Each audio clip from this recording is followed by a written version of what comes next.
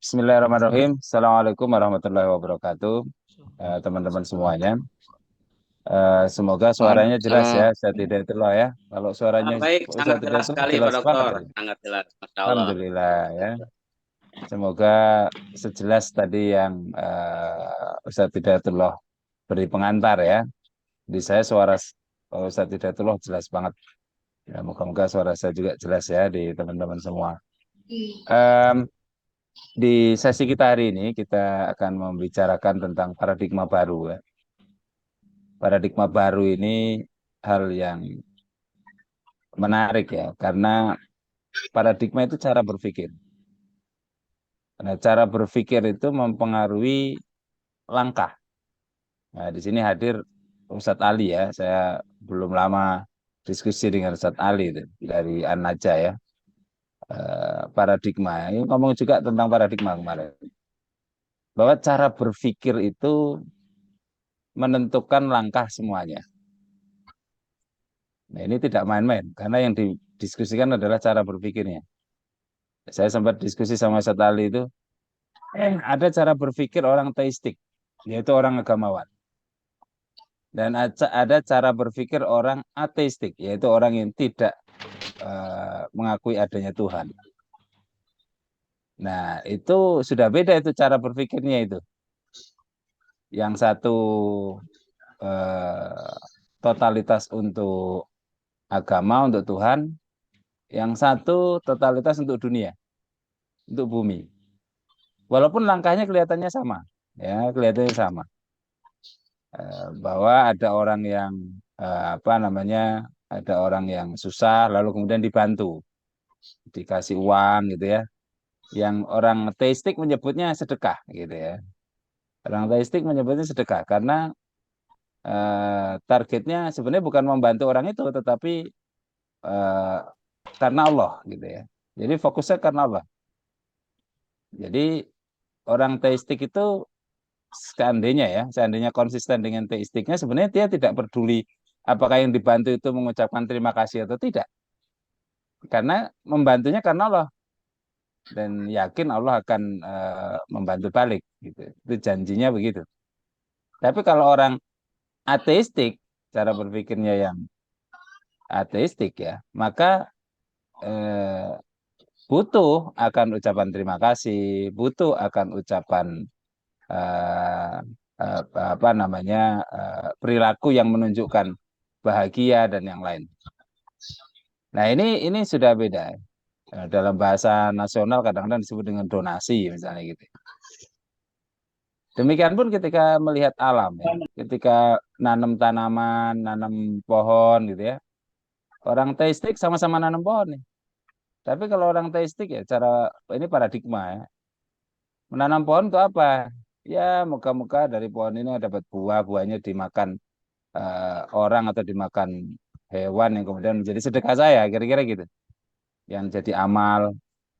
Tapi kalau orang ateistik nggak begitu. Ya, moga-moga oksigen ini bisa dimanfaatkan oleh dunia gitu. Moga-moga bumi semakin lama nggak cepat hancur gitu ya oleh kekuatan alam dan yang lain. Sama-sama perilaku yang sama, tetapi kalau cara berpikirnya berbeda, hasilnya yang dituju juga beda. Perilakunya kelihatannya sama, tapi ujungnya berbeda. Niatnya berbeda, ujungnya berbeda. Perilakunya hampir mirip. Nah, ini paradigma. Nah, hari ini kita akan berbicarakan paradigma baru dalam pendidikan. Disebut baru karena ini menurut saya perlu betul-betul merubah mindset. Ya, kita akan coba diskusikan kesempatan hari ini tentang materi ini. Saya akan slide-kan materinya supaya mudah untuk kita diskusikan ya. Oke, sebelumnya saya ingin pastikan dulu ini apakah slide saya berjalan baik atau tidak. Baik, Pak Dokter. Lancar, lancar. Ustadz, Alhamdulillah. Ustadz Hidayatullah ada perubahan ya di slide-nya ya. Baik. Ya, baik. Ada, Pak Dokter. Ya, Oke, Alhamdulillah. baik. Bagus, bagus. Nah, Ya. jadi kita akan mendiskusikan tentang paradigma baru. Sekali lagi paradigma itu cara berpikir. Jadi kalau sudah masuk ke cara berpikir ini nggak kelihatan ya. Jadi memang betul-betul hal yang serius kita akan kaji malam ini. Di samping itu kalimatnya baru ya, paradigma yang baru ya, barunya di mana? Nanti kita akan lihat. Di barunya itu di mana? Khususnya yang menghadapi abad ke-21 ini ya. Jadi abad ke-21 ini memang banyak hal yang terjadi banyak perubahan-perubahan di dalamnya. Termasuk diskusi kita ini dengan Zoom ya. Malam-malam begini masih bisa ketemu dengan teman-teman. Ya lumayan banyak ini ada 50-an orang gitu ya. Di malam seperti ini kan tidak mudah. Tapi alhamdulillah dengan Zoom, dengan media yang lain ya bisa ketemu. Nah, teman-teman sedikit kenalan ya bagi yang belum pernah ketemu.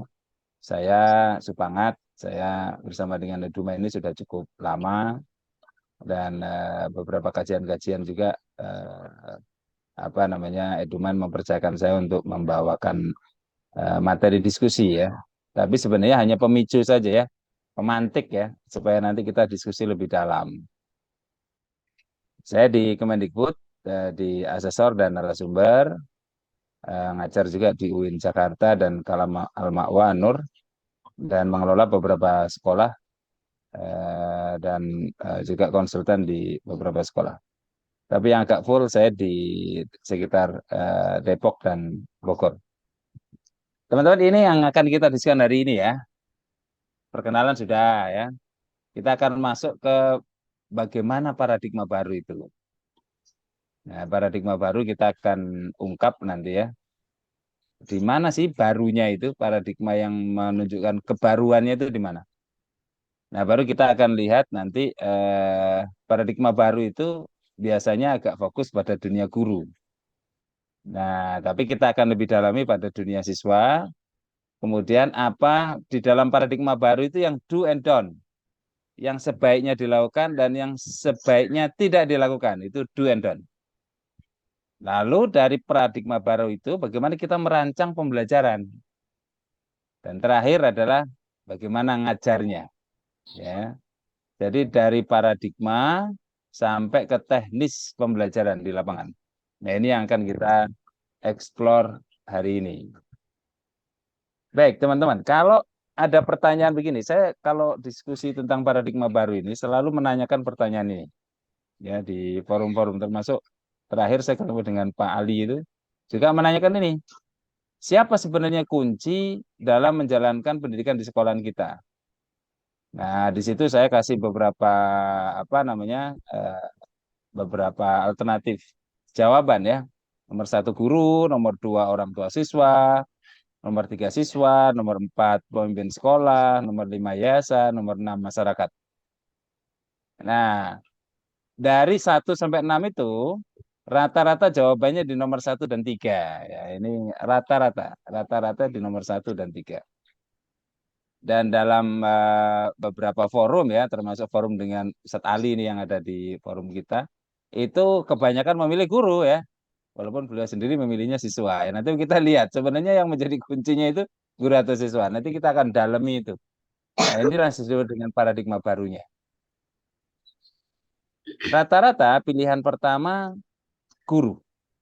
Gurulah kunci dari pendidikan di sekolah kita. Karena tanpa guru, proses pendidikan tidak berjalan. Seolah-olah begitu. Nah, tapi ada juga yang menyebutkan siswa. Ada guru nggak ada siswanya ya nggak jadi. Kira-kira gitu. Nah, ada bilang siswa, ada bilang guru. Tapi di dua ranah ini ya, ketika bicara paradigma, apa yang terpenting, itu biasanya di dua ranah ini, guru dan siswa. Mengapa pilihannya guru? Ya, jadi ada yang banyak memilih bahwa apa namanya kunci suksesnya di sekolah itu ada di guru. Nah, kita semua kan sebagai seorang guru, tentu wajar kalau pilihannya adalah pilihan guru. Kita coba eksplor pilihan guru ini. Gurulah yang terpenting ya. Jadi guru dianggap yang terpenting dalam sistem pendidikan di sekolahan kita. Dan ini tidak salah karena kepedulian masyarakat pada guru ini sangat baik. Lihat saja ketika ada guru demo, ya, guru-guru melakukan demo, maka perhatian semuanya itu serius gitu. Beda kalau buruh demo ya biasa, ya, buruh demo mah. Tapi kalau guru demo ini spesial. Bahkan di hari guru pun kadang-kadang guru tidak demo. Ya, guru mendapatkan perhatian khusus ya. Dapat hadiah, dapat tumpengan, dapat macam-macam itu. Tapi kalau di hari buruh, nggak ada cerita. Hari buruh pasti demo. Ada hari buruh yang tidak demo itu jarang. Jarang hari buruh itu buruh itu mendapatkan tumpengan seperti guru-guru ya, lomba-lomba guru dan yang lain ini jarang. Tapi di hari guru biasanya tanggal 25 November itu jarang yang melakukan demo. Sekali guru demo, wah orang TV dan yang lain itu sudah langsung konsentrasi. Ada apa ini? Ada apa ini? Ini menunjukkan bahwa kepedulian masyarakat terhadap guru itu tinggi. Kemudian yang kedua, aturan pemerintah pun akan guru itu banyak sekali. Ini menunjukkan guru spesial. Dari undang-undang ya, ada undang-undang guru dan dosen ya. Peraturan pemerintah juga banyak, apalagi peraturan menteri ya, tunjangan dan seterusnya. Tunjangan itu dari guru itu dari gaji, kemudian dapat apa namanya tunjangan-tunjangan macam-macam ya. Kemudian sertifikasi juga bagian dari tunjangan. Masih aja ada honor daerah ya dan macam-macam lah. Itu menunjukkan bahwa perhatian pemerintah terhadap guru itu tinggi. Untuk itu guru pasti penting. Kemudian orang tua juga membuktikan akan perhatian seriusnya pada guru. Nah, teman-teman bisa merasakan nih, kalau bagi rapot ya, spesial kan? Rasanya orang tua kalau nggak bawa makanan ke guru, nggak bawa oleh-oleh, nggak bawa silver queen ya, biasanya gitu ya. Rasanya kok kayaknya nggak menghargai guru gitu. Banyak orang tua yang merasakan gitu. Kita mau ketemu guru nih, masa kita nggak bawa apa-apa, malu lama, malu apa, kira-kira gitu. Nah ini menunjukkan orang tua respect. Itu tidak hanya orang tua ya, tapi tokoh masyarakat juga begitu. Bahkan teman-teman, kalau kita eh, lihat ya dalam perspektif tarbiyah ya, Fakultas Tarbiyah, saya alumni Fakultas Tarbiyah. Rasulullah SAW itu disebut sebagai seorang guru. Guru yang mendidik para sahabatnya ya. Kita lihat ada Umar bin Khattab, Utsman bin Affan, Abdurrahman bin Auf.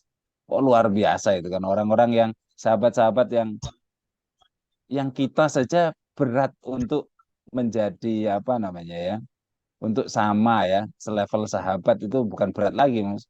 Ya hampir tidak mampu ya. Apalagi kepada sosok Rasul. Itu menunjukkan bahwa murid-muridnya Rasul itu luar biasa. Begitu spesialnya para sahabat-sahabat Rasul sampai apa namanya di masa tabiin kalau ada sisa satu sahabat itu wah luar biasa diapresiasinya. Padahal itu tanda petik hanya siswa kan, gurunya kan Rasulullah. Begitu luar biasanya guru itu. Sekali lagi bahkan Rasulullah SAW juga disebut sebagai seorang guru. Intinya guru adalah orang baik yang perlu mendapatkan dukungan dan penghargaan. Nah, kira-kira gitu ya. Saya sendiri di kampung di mana aja ya kalau ditanya apa panggilannya kadang-kadang Pak Guru gitu ya. Jadi kalau saya ditanya juga di kampung di sini juga panggilannya Pak Guru. Ya, ya saya senang dengan panggilan itu karena itu adalah profesi yang sangat baik ya di masyarakat. Sehingga sekali lagi guru ini spesial. Maka tidak salah ketika ada pertanyaan saya terkait dengan apa hal yang terpenting, sosok yang terpenting di dalam sekolahan kita, maka jawaban banyak dari teman-teman adalah guru. Sekali lagi itu tidak salah. Namun di paradigma yang baru di abad 21 ini ternyata bukan guru. Guru adalah paradigma lama. Ya, maka saya coret tuh barunya dan saya ganti dengan lama. Guru ada paradigma lama. Jadi ternyata bukan guru yang menjadi fokus terpenting ya. Semua penting, guru penting, orang tua penting, siswa penting, semua penting. Tapi ketika didalemin, ternyata memang untuk paradigma sekarang, mungkin di abad 600 ya, di saat Rasulullah bersama dengan para sahabat ya memang guru ya. Ya, tetapi di abad sekarang itu menurut saya bukan guru. Menurut saya bukan guru sebagai kunci. Nah, ini akan merubah paradigmanya ini nanti. Langkah sekali lagi paradigma cara berpikir. Jadi ketika nanti paradigmanya berubah, perilaku di lapangan akan berubah. Kelihatannya sama, KBM-nya sama, masuk kelas sama, tetapi niatnya berbeda, ujung akhirnya juga berbeda. Karena paradigmanya berbeda. Nah, ternyata bukan guru menurut paradigma baru ini. Jadi guru ini masuk paradigma lama. Disebut lama karena inilah yang disebut dengan kurikulum 2013 sebelumnya.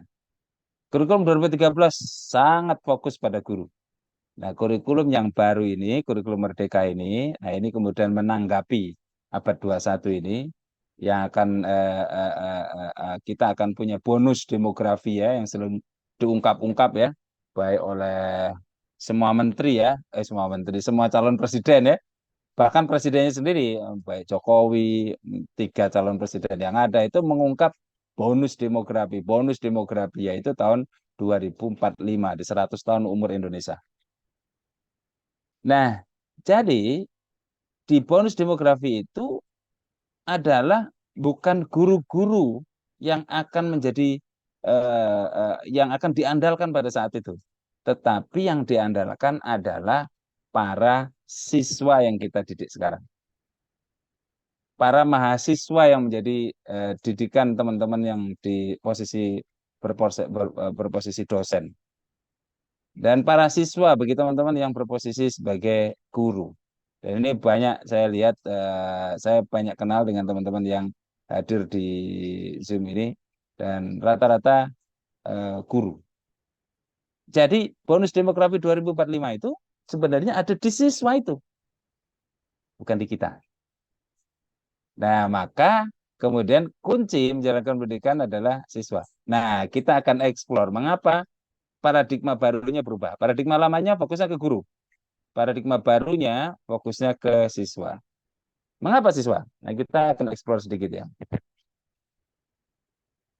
Guru sebaiknya mengenal betul bagaimana anak didiknya dan didiklah sesuai dengan potensi yang dimilikinya. Ingat, 2045 akan menjadi bonus demografi bagi bangsa kita. Gitu. Dan ini akan menjadi minus demografi bagi Jepang, kira-kira gitu.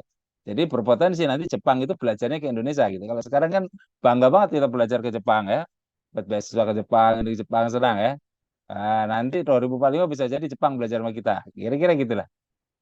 Nah, jadi ya ini tidak hanya Jepang, Korea juga begitu, Korea Selatan ya, bukan Korea Utara. Kalau Korea Utara itu spesial, jagoannya perang.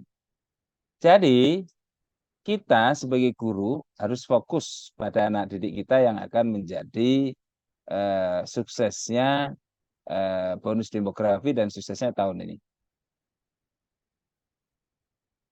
Nah, pembelajaran yang perlu dilakukan yaitu pembelajaran yang berpihak pada kemerdekaan peserta didik. Ya, jadi merdekanya anak belajar itu akan menciptakan kebermaknaan, gitu ya. Jadi kalau anak kita belajar dan ada kemerdekaan di dalam belajarnya, sesuai dengan apa namanya hasil diagnosis kalau bahasa kita ya, nanti kita akan detailin bagaimana proses diagnosisnya. Nah, kalau kita mengajarkan sesuai dengan minatnya, bakatnya anak-anak, kemudian cara belajarnya sesuai dengan ini dan tahap perkembangannya, itu anak-anak akan terasa maknanya belajar kita, maknanya belajar. Jadi kalau kita di dalam kelas ada anak yang kurang ya, kan kita tahu anak-anak kita mengajarkan tidak seperti saya Zoom dengan teman-teman. Kalau saya Zoom dengan teman-teman cuma sekali ini aja. Makanya tidak ada proses diagnosis. Kalau proses diagnosis habis waktunya karena diskusi udah habis. Nah, tetapi kalau teman-teman mengajar, saya juga mengajar di kelas, kita kan ketemu dengan anak kita 1 tahun, bukan 120 menit, bukan 1,5 jam, bukan. Bukan 1 jam, bukan 30 menit. Tapi kita ketemu 1 tahun. Nah, proses 1 tahun itu proses cukup lama. Jadi di pertemuan pertama, di awal-awal itu diagnosis lah. Pahami anak kita satu persatu. Nah, setelah kita tahu anak ini di pelajaran kita cukup lemah, oh anak ini di pelajaran kita sangat baik. Gitu. Bagi yang anak lemah, maka ini momen untuk kita mengajarinya.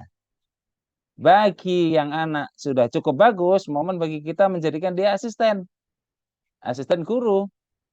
Nah, dengan demikian, maka keduanya akan punya pembelajaran yang bermakna.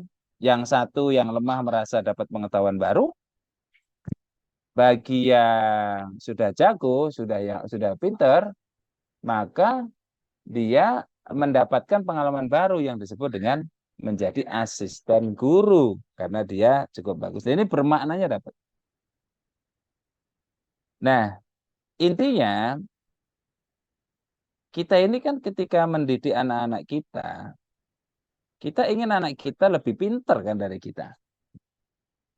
Nah, ini berbeda dengan apa namanya? Ya, berbeda dengan tadi yang saya sampaikan di zaman Rasulullah ya. Dipastikan sahabat itu tidak lebih pintar daripada Rasulullah. Dipastikan ya. Jadi kalau sahabat beda dengan Rasulullah udah pasti yang salah sahabat. Kira-kira gitu ya.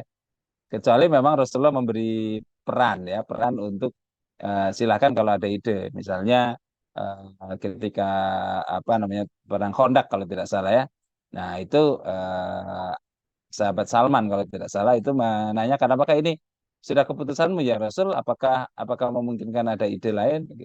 Rasulullah ini kita diskusi. Maka kemudian Salman mengusulkan ada parit itu. Yang kemudian itu menjadi keputusan Rasulullah. Nah, tapi itu jarang sekali yang kayak gitu. Jarang sekali. Seringnya adalah Rasulullah dominan. Karena memang apa yang dijalankan Rasulullah itu apa berdasarkan wahyu. Nah, itu berbeda sama kita sebagai seorang guru. Ya, jadi tidak kita tentu tidak bangga ya. Kalau ada anak kita yang tidak lebih pintar dari kita, kita tidak bangga. Tapi kita akan bangga kalau anak kita lebih pintar dari kita.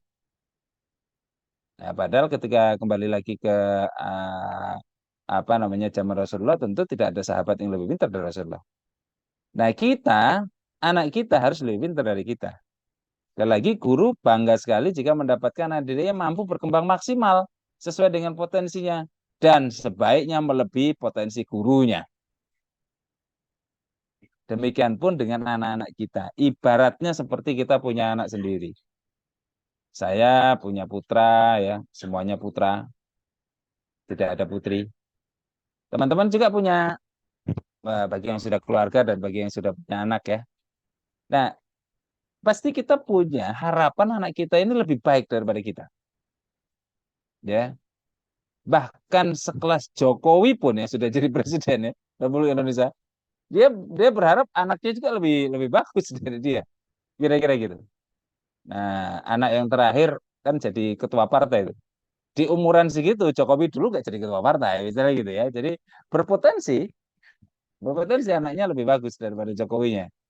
Ya nggak tahu juga mungkin nanti ada presiden ASEAN gitu ya. Jadi anaknya Jokowi jadi presiden ASEAN, kalau Jokowinya jadi presiden Indonesia gitu ya. Itu selevel Jokowi apalagi kita. Kita berharap anak kita, anak kandung kita, anak didik kita itu lebih baik daripada kita. Ini menunjukkan bahwa konsentrasinya kepada anak kita kan, bukan konsentrasinya pada kita sebagai guru, bukan konsentrasinya pada kita sebagai orang tua, tapi konsentrasinya kepada anak didik kita. Memang kita perlu belajar, memang kita perlu mendapatkan pelatihan, memang perlu ada parenting bagi orang tua, tapi semua itu sebenarnya ditujukan untuk anak kandung atau anak didiknya masing-masing. Dengan demikian maka paradigma barunya, nah ini yang harus kita diskusikan nanti. Paradigma barunya mengatakan bahwa fokusnya pada siswa. Fokus pada guru, paradigma lama, akan berbeda niat, berbeda hasil ketika kita fokus pada siswa. Akan berbeda. Contoh, ketika kita punya sarana ya, kita punya AC misalnya apa ya, mau dipasang gitu, mana yang akan dipasang AC-nya?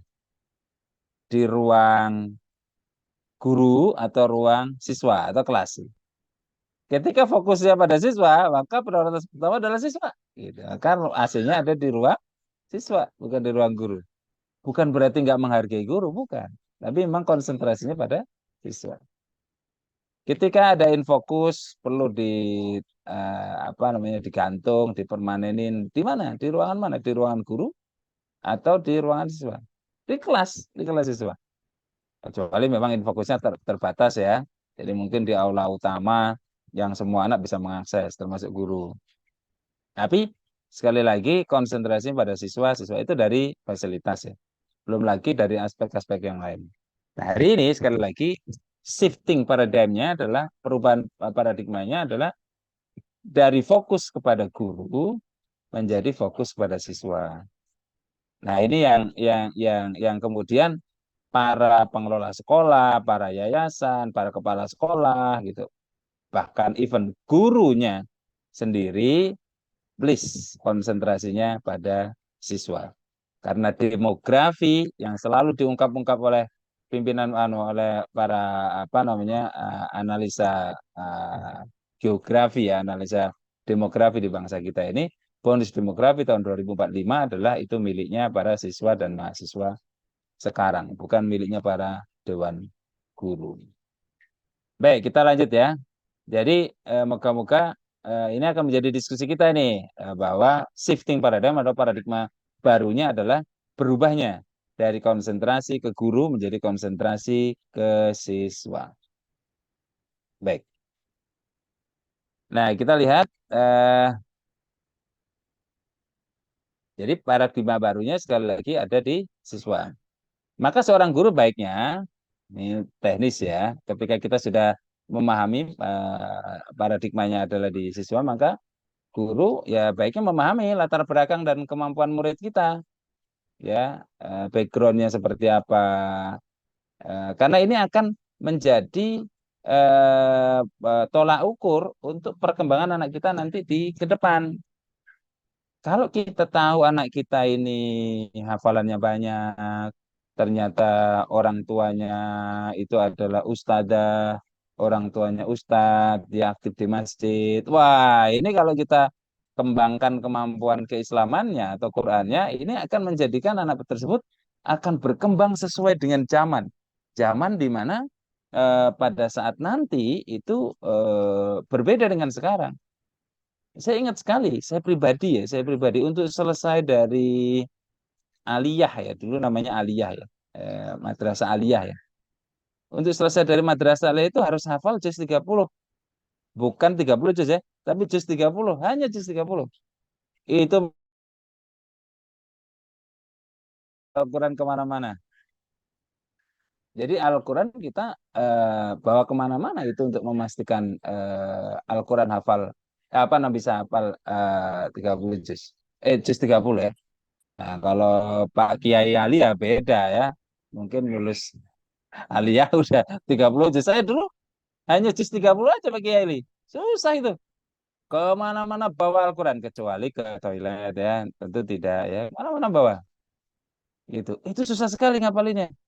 Sekarang tanya sama muridnya Ustadz Umar. Ya. Wah itu anak TK itu udah setengah juz tuh. Kelas 2 SD udah 1 juz. Lah. Pikir-pikir kok bisa ya? Kira-kira gitu.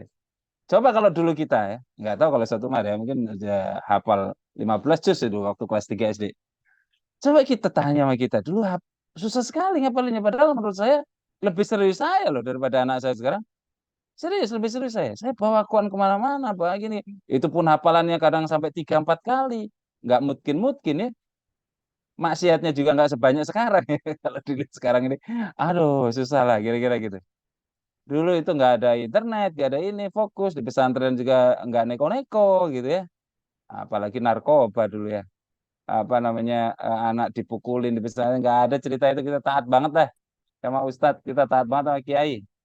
Nah sekarang yang dibully malah gurunya ya. Kemarin ada guru di apa namanya di salah satu daerah itu dibully ya. Kunci motornya diambil sama anak-anak. Coba bayangin Pak Kiai. Kunci motornya diambil sama anak-anak, kemudian diledekin. Ibu guru nggak bisa pulang, ibu guru nggak bisa pulang. Innalillahi betul-betul ini anak-anak sekarang ini. Sampai nangis gurunya. Guru sampai kayak gitu tuh ya. Sampai segitunya di anu, ya artinya saya kembali ke dulu, bukan berarti nggak serius. Saya serius dulu untuk menghafal juz 30, bukan 30 juz 30 untuk lulus aliyah. Tapi susahnya. Sekarang kelas SD kelas 6 mengatakan bahwa alhamdulillah lulus kelas 6 di kami ini sudah hafal juz 30, rasanya malu untuk menjadikan sebagai keunggulan sebagai sekolah Quran. Malu itu. Masa cuma satu juz sih kita kira-kira gitu. Itu sekarang malu padahal SD harus 3, 4, 5, bahkan ada juga yang sampai 8 juz itu apa namanya dari lulus SD. Ya, salah satu anak saya itu di apa namanya sudah 4, 5 juz ya yang dihafal ya. Waduh, saya bayangin waktu saya SD dulu ya ampun dah. Baik, itu menunjukkan bahwa nah, nanti pada zamannya kita nggak tahu pada zamannya pada saat anak kita di tahun 2045 nanti itu kita nggak tahu pada saat itu bisa jadi lulus TK itu sudah 5 juz. Bisa jadi lulus TK sudah 5 juz. Bisa jadi ya. Nah, ini sekolahnya Ustaz Ahmad ini bisa jadi nanti TK lulus TK 5 juz. Ya, jadi itu bisa jadi udah udah udah biasa itu nanti di tahun 2045. Baik. Jadi sekali lagi teman-teman, ihwa semuanya bahwa kita harus memahami anak kita dan kita kembangkan sesuai dengan potensi-potensi yang mereka miliki. Rumuskan rencana pembelajaran atau asesmen yang sesuai dengan karakteristik anak. Anak kita ini karakteristik seperti apa? Rumuskan model belajarnya, materi ajarnya sesuai dengan karakteristik anak. Jangan apa namanya bosan ya. Anak-anak jadi bosan kalau kita ngajarin sesuatu yang mereka sudah sangat menguasai. Karena kita tidak tadi ya, tidak membuat perancangan ya, tidak melakukan proses pemahaman keanekaragaman. Kemudian rancang kegiatan yang menarik ya. Bagaimana pembelajarannya itu dibuat semenarik mungkin supaya sekali lagi anak-anak merasakan nikmatnya ya. Ya banyak orang yang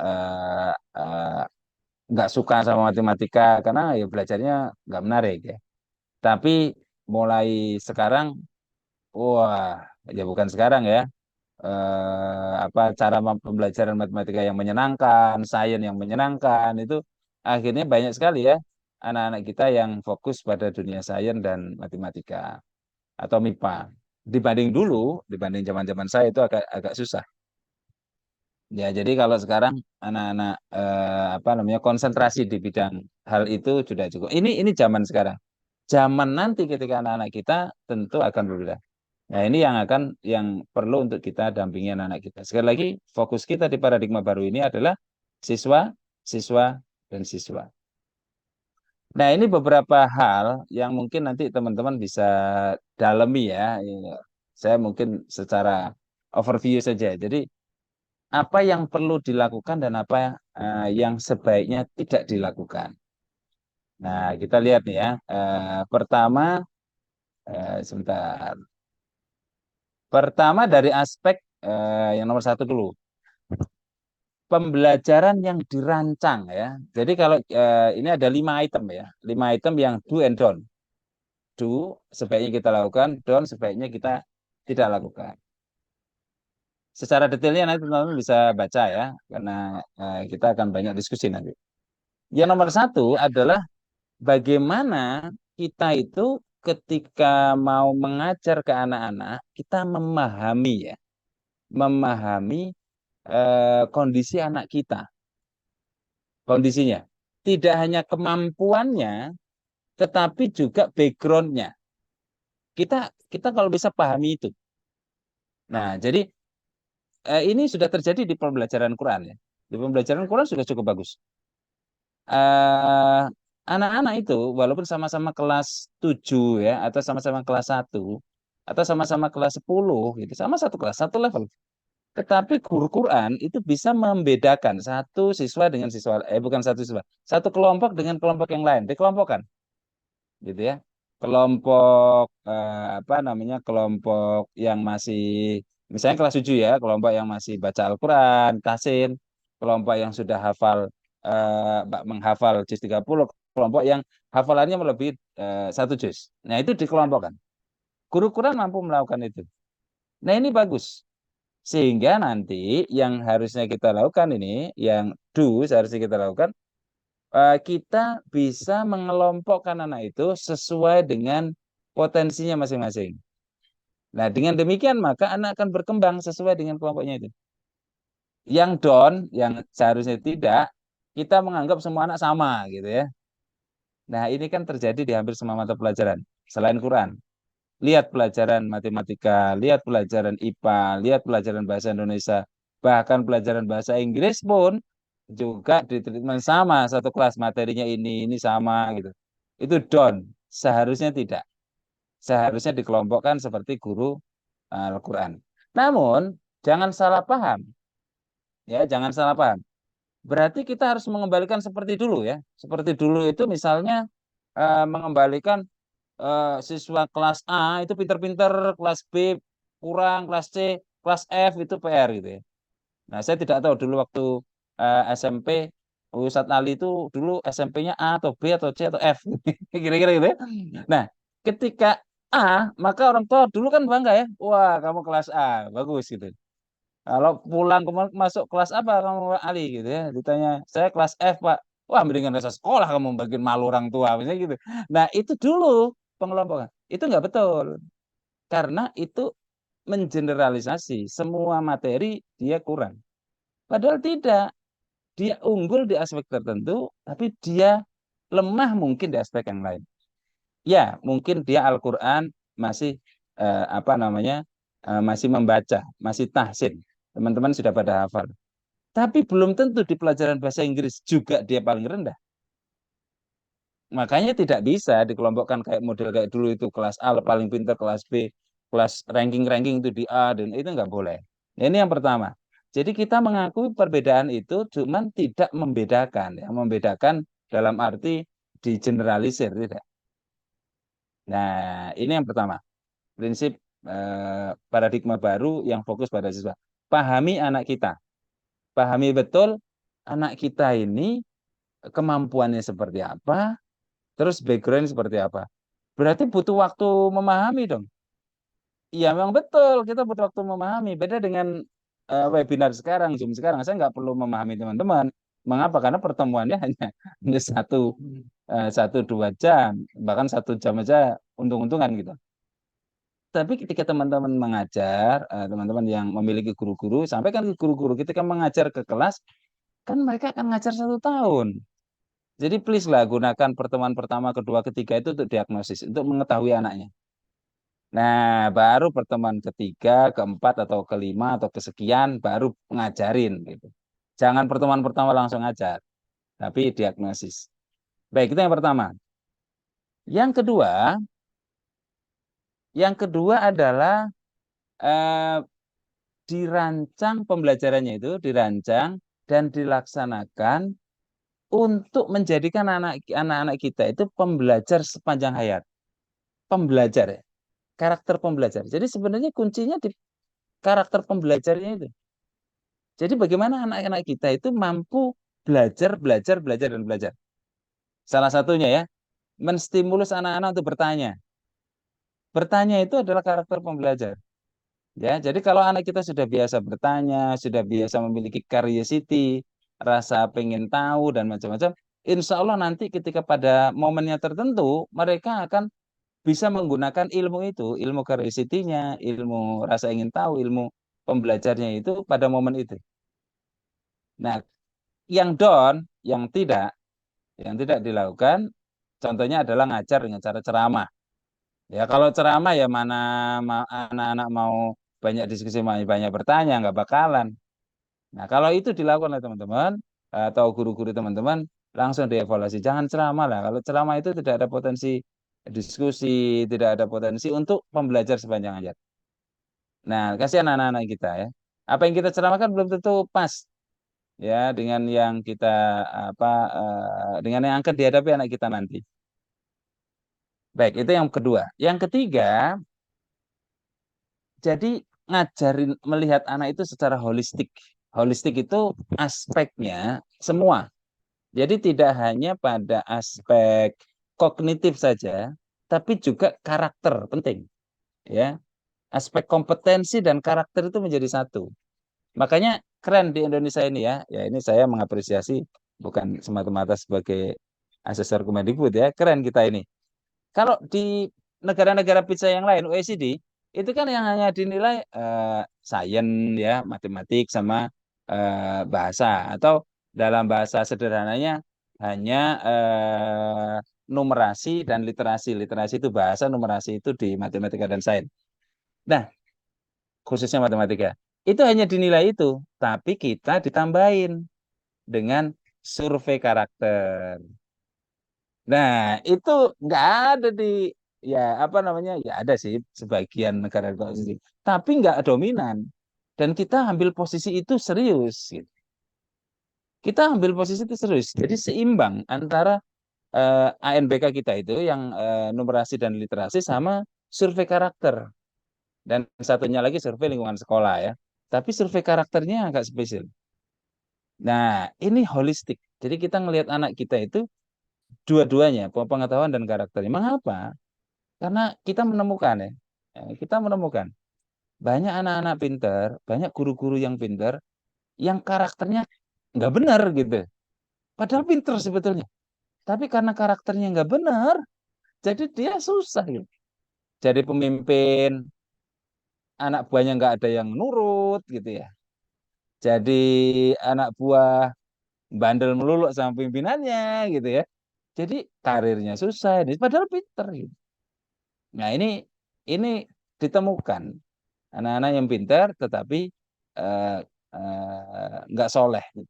Nah dua ini harusnya satu paket. Jadi tidak hanya melihat ketika kita melihat anak-anak, ketika kita mau fokus pada dunia anak, ya berarti dua itu kita lihat baik kompetensinya juga karakternya. Yang keempat adalah bagaimana pembelajaran kita itu kontekstual. Nah jadi kita itu materi-materi yang kita ajarkan itu benar-benar ada dalam dunia anak-anak. Nah, dalam dunia anak-anak, bahwa anak-anak itu mengalami itu, bahwa orang tua juga bisa membantu untuk itu. Nah, ini ada di salah satu sekolah, saya minta ada Today's Report namanya. Today's Report itu adalah materi yang diajarkan hari ini disampaikan ke orang tua. Kan ada grup orang tua, disampaikan materi yang kita ajarkan hari ini. Karena banyak orang tua yang pengen mengajarin, nambahin pembelajaran juga di rumahnya. Nah, kalau kita kasih Today's Report itu nyambung antara apa yang diajarkan di rumah, apa yang diajarkan di sekolah ya, atau buku penghubung lah ya kalau teman-teman sudah terbiasa dengan itu. Nah, itu menunjukkan adanya hubungan antara materi kita dengan realitas ya. Jangan ngajarin sesuatu yang nggak realistis ya. Kalau saya nyontoin, walaupun contohnya kurang tepat juga ya, saya sering nyontoin bagaimana cara hidup di planet Mars itu.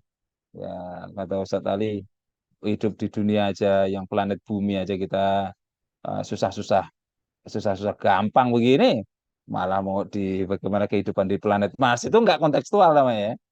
Jadi kontekstual dikontekskan ya dikontekskan ke dalam kehidupan anak-anak dan itu memang apa yang diajarkan itu ada dalam dunia mereka itu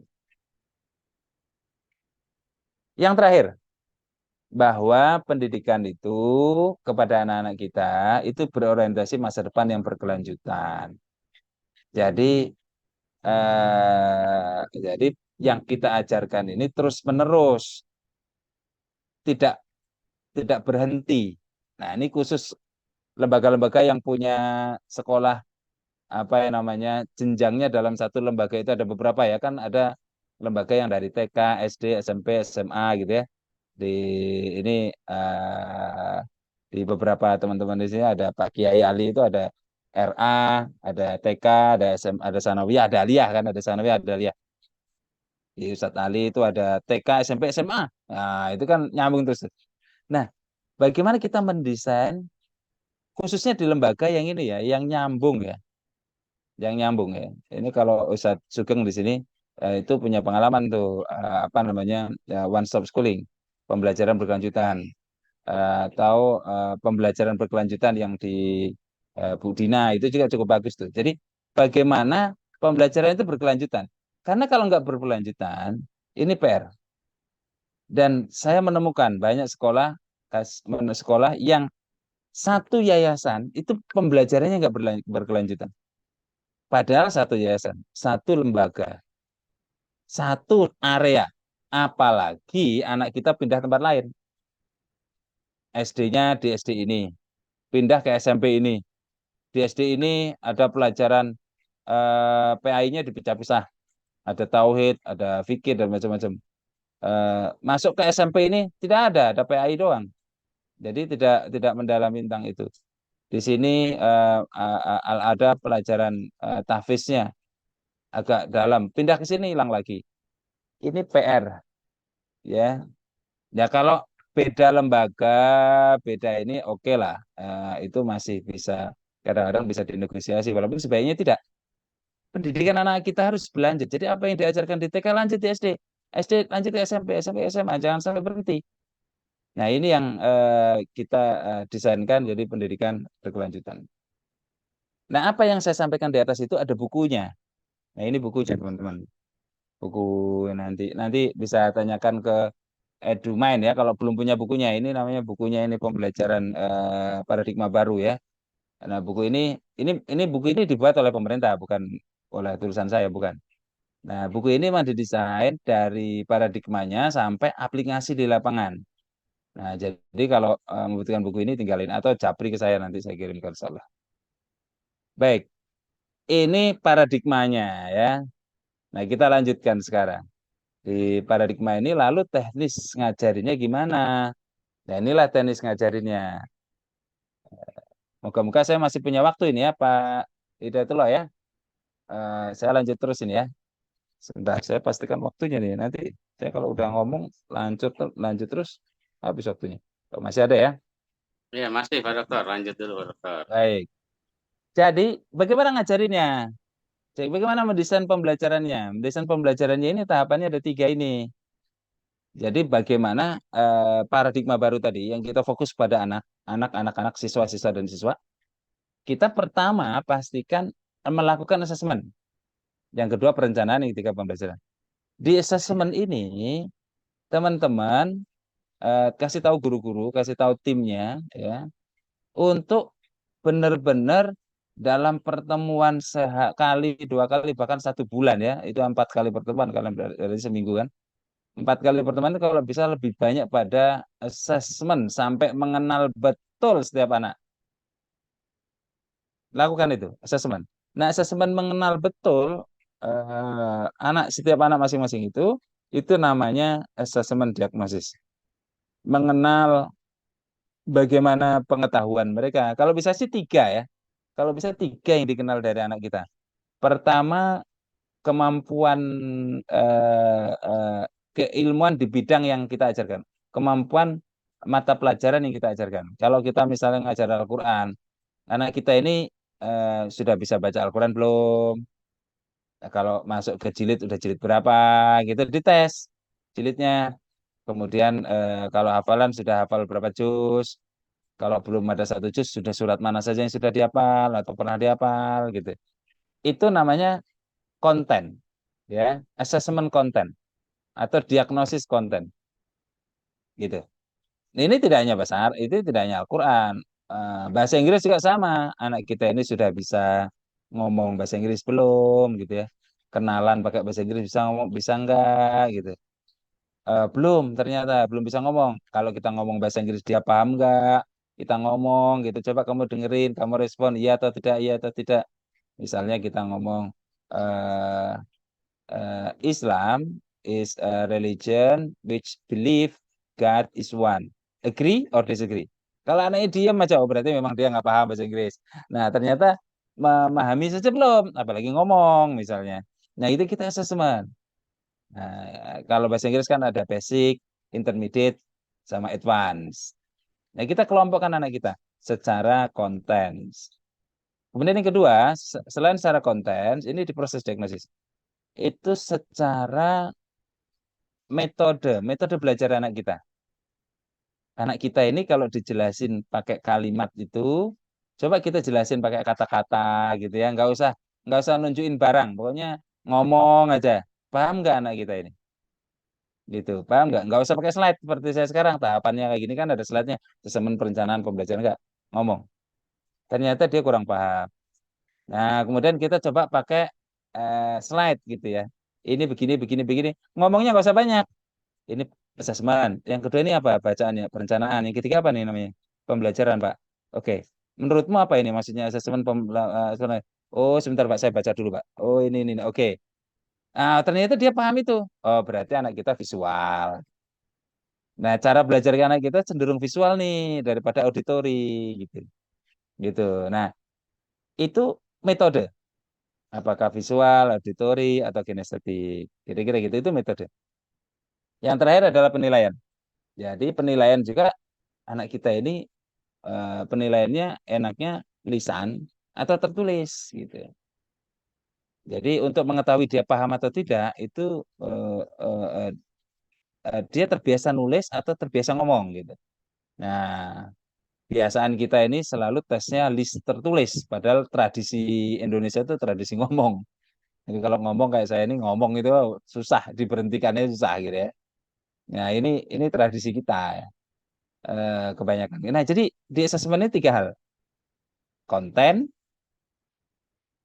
sejauh mana pengetahuan dia akan materi yang akan kita ajarkan, metode, bagaimana cara dia belajar, penilaian, bagaimana dia, bagaimana cara kita yang tepat untuk mengukur dia paham atau tidak. Itu di asesmen. Nah, ketika kita sudah memahami asesmen, baru kita bikin perencanaan. Perencanaan.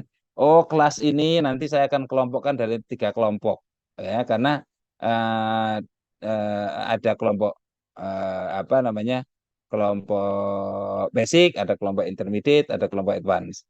Oh, kelompok ini kelas ini saya ini dua kelompok aja deh, yaitu basic sama intermediate aja. Yang advance belum masuk, belum ada gitu.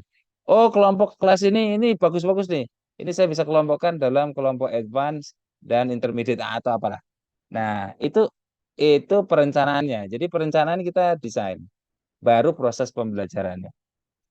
Siklus ini, proses pembelajaran tentu kita akan lihat proses pembelajaran di lapangan, terutama di proses penilaian. Penilaian formatif ya, penilaian harian itu dilakukan. Siklus ini, asesmen perencanaan pembelajaran itu tidak hanya satu kali pertemuan, tetapi siklus ini adalah siklus untuk totalitas. Totalitas 1 tahun. Jadi totalitas 1 tahun ini sebenarnya apa namanya, spiral ya, modelnya spiral. Jadi siklusnya itu muter terus sampai 1 tahun. Gitu. Jadi diagnosis asesmen tidak hanya pada saat apa namanya awal, tetapi setelah materi tertentu, bab tertentu sudah selesai, kita ada PTS atau STS ya, kita lakukan itu, habis itu diagnosis lagi. Itu silakan Rizky. Nah, ini tahapan proses pembelajarannya. Baik, karena begini, ini yang ini saya ingin di ujung diskusi kita, presentasi saya di ujung ini, saya ingin menyampaikan bahwa siswa itu belajar itu tidak seperti apa yang kita bayangkan. Ya, saat guru mengajar, saat kita mengajar, seperti saya memberikan presentasi sekarang, ini belum tentu loh pada belajar. Ya, beneran. Saya menyampaikan ini belum tentu juga pada serius gitu, dengerin, paham gitu ya. Guru-guru ya sama. Guru-guru ketika mengajar belum tentu anaknya belajar, padahal benar-benar sudah belajar. Loh, saya serius untuk menyiapkan materi ini. Saya serius untuk menyampaikan materi ini dan yang lainnya. Serius. Guru-guru juga serius. Tapi belum tentu anak kita belajar. Untuk itu, guru harus paham bagaimana siswa belajar. Nah, guru harus paham bagaimana siswa belajar. Karena guru itu mengajar anak-anak 1 tahun.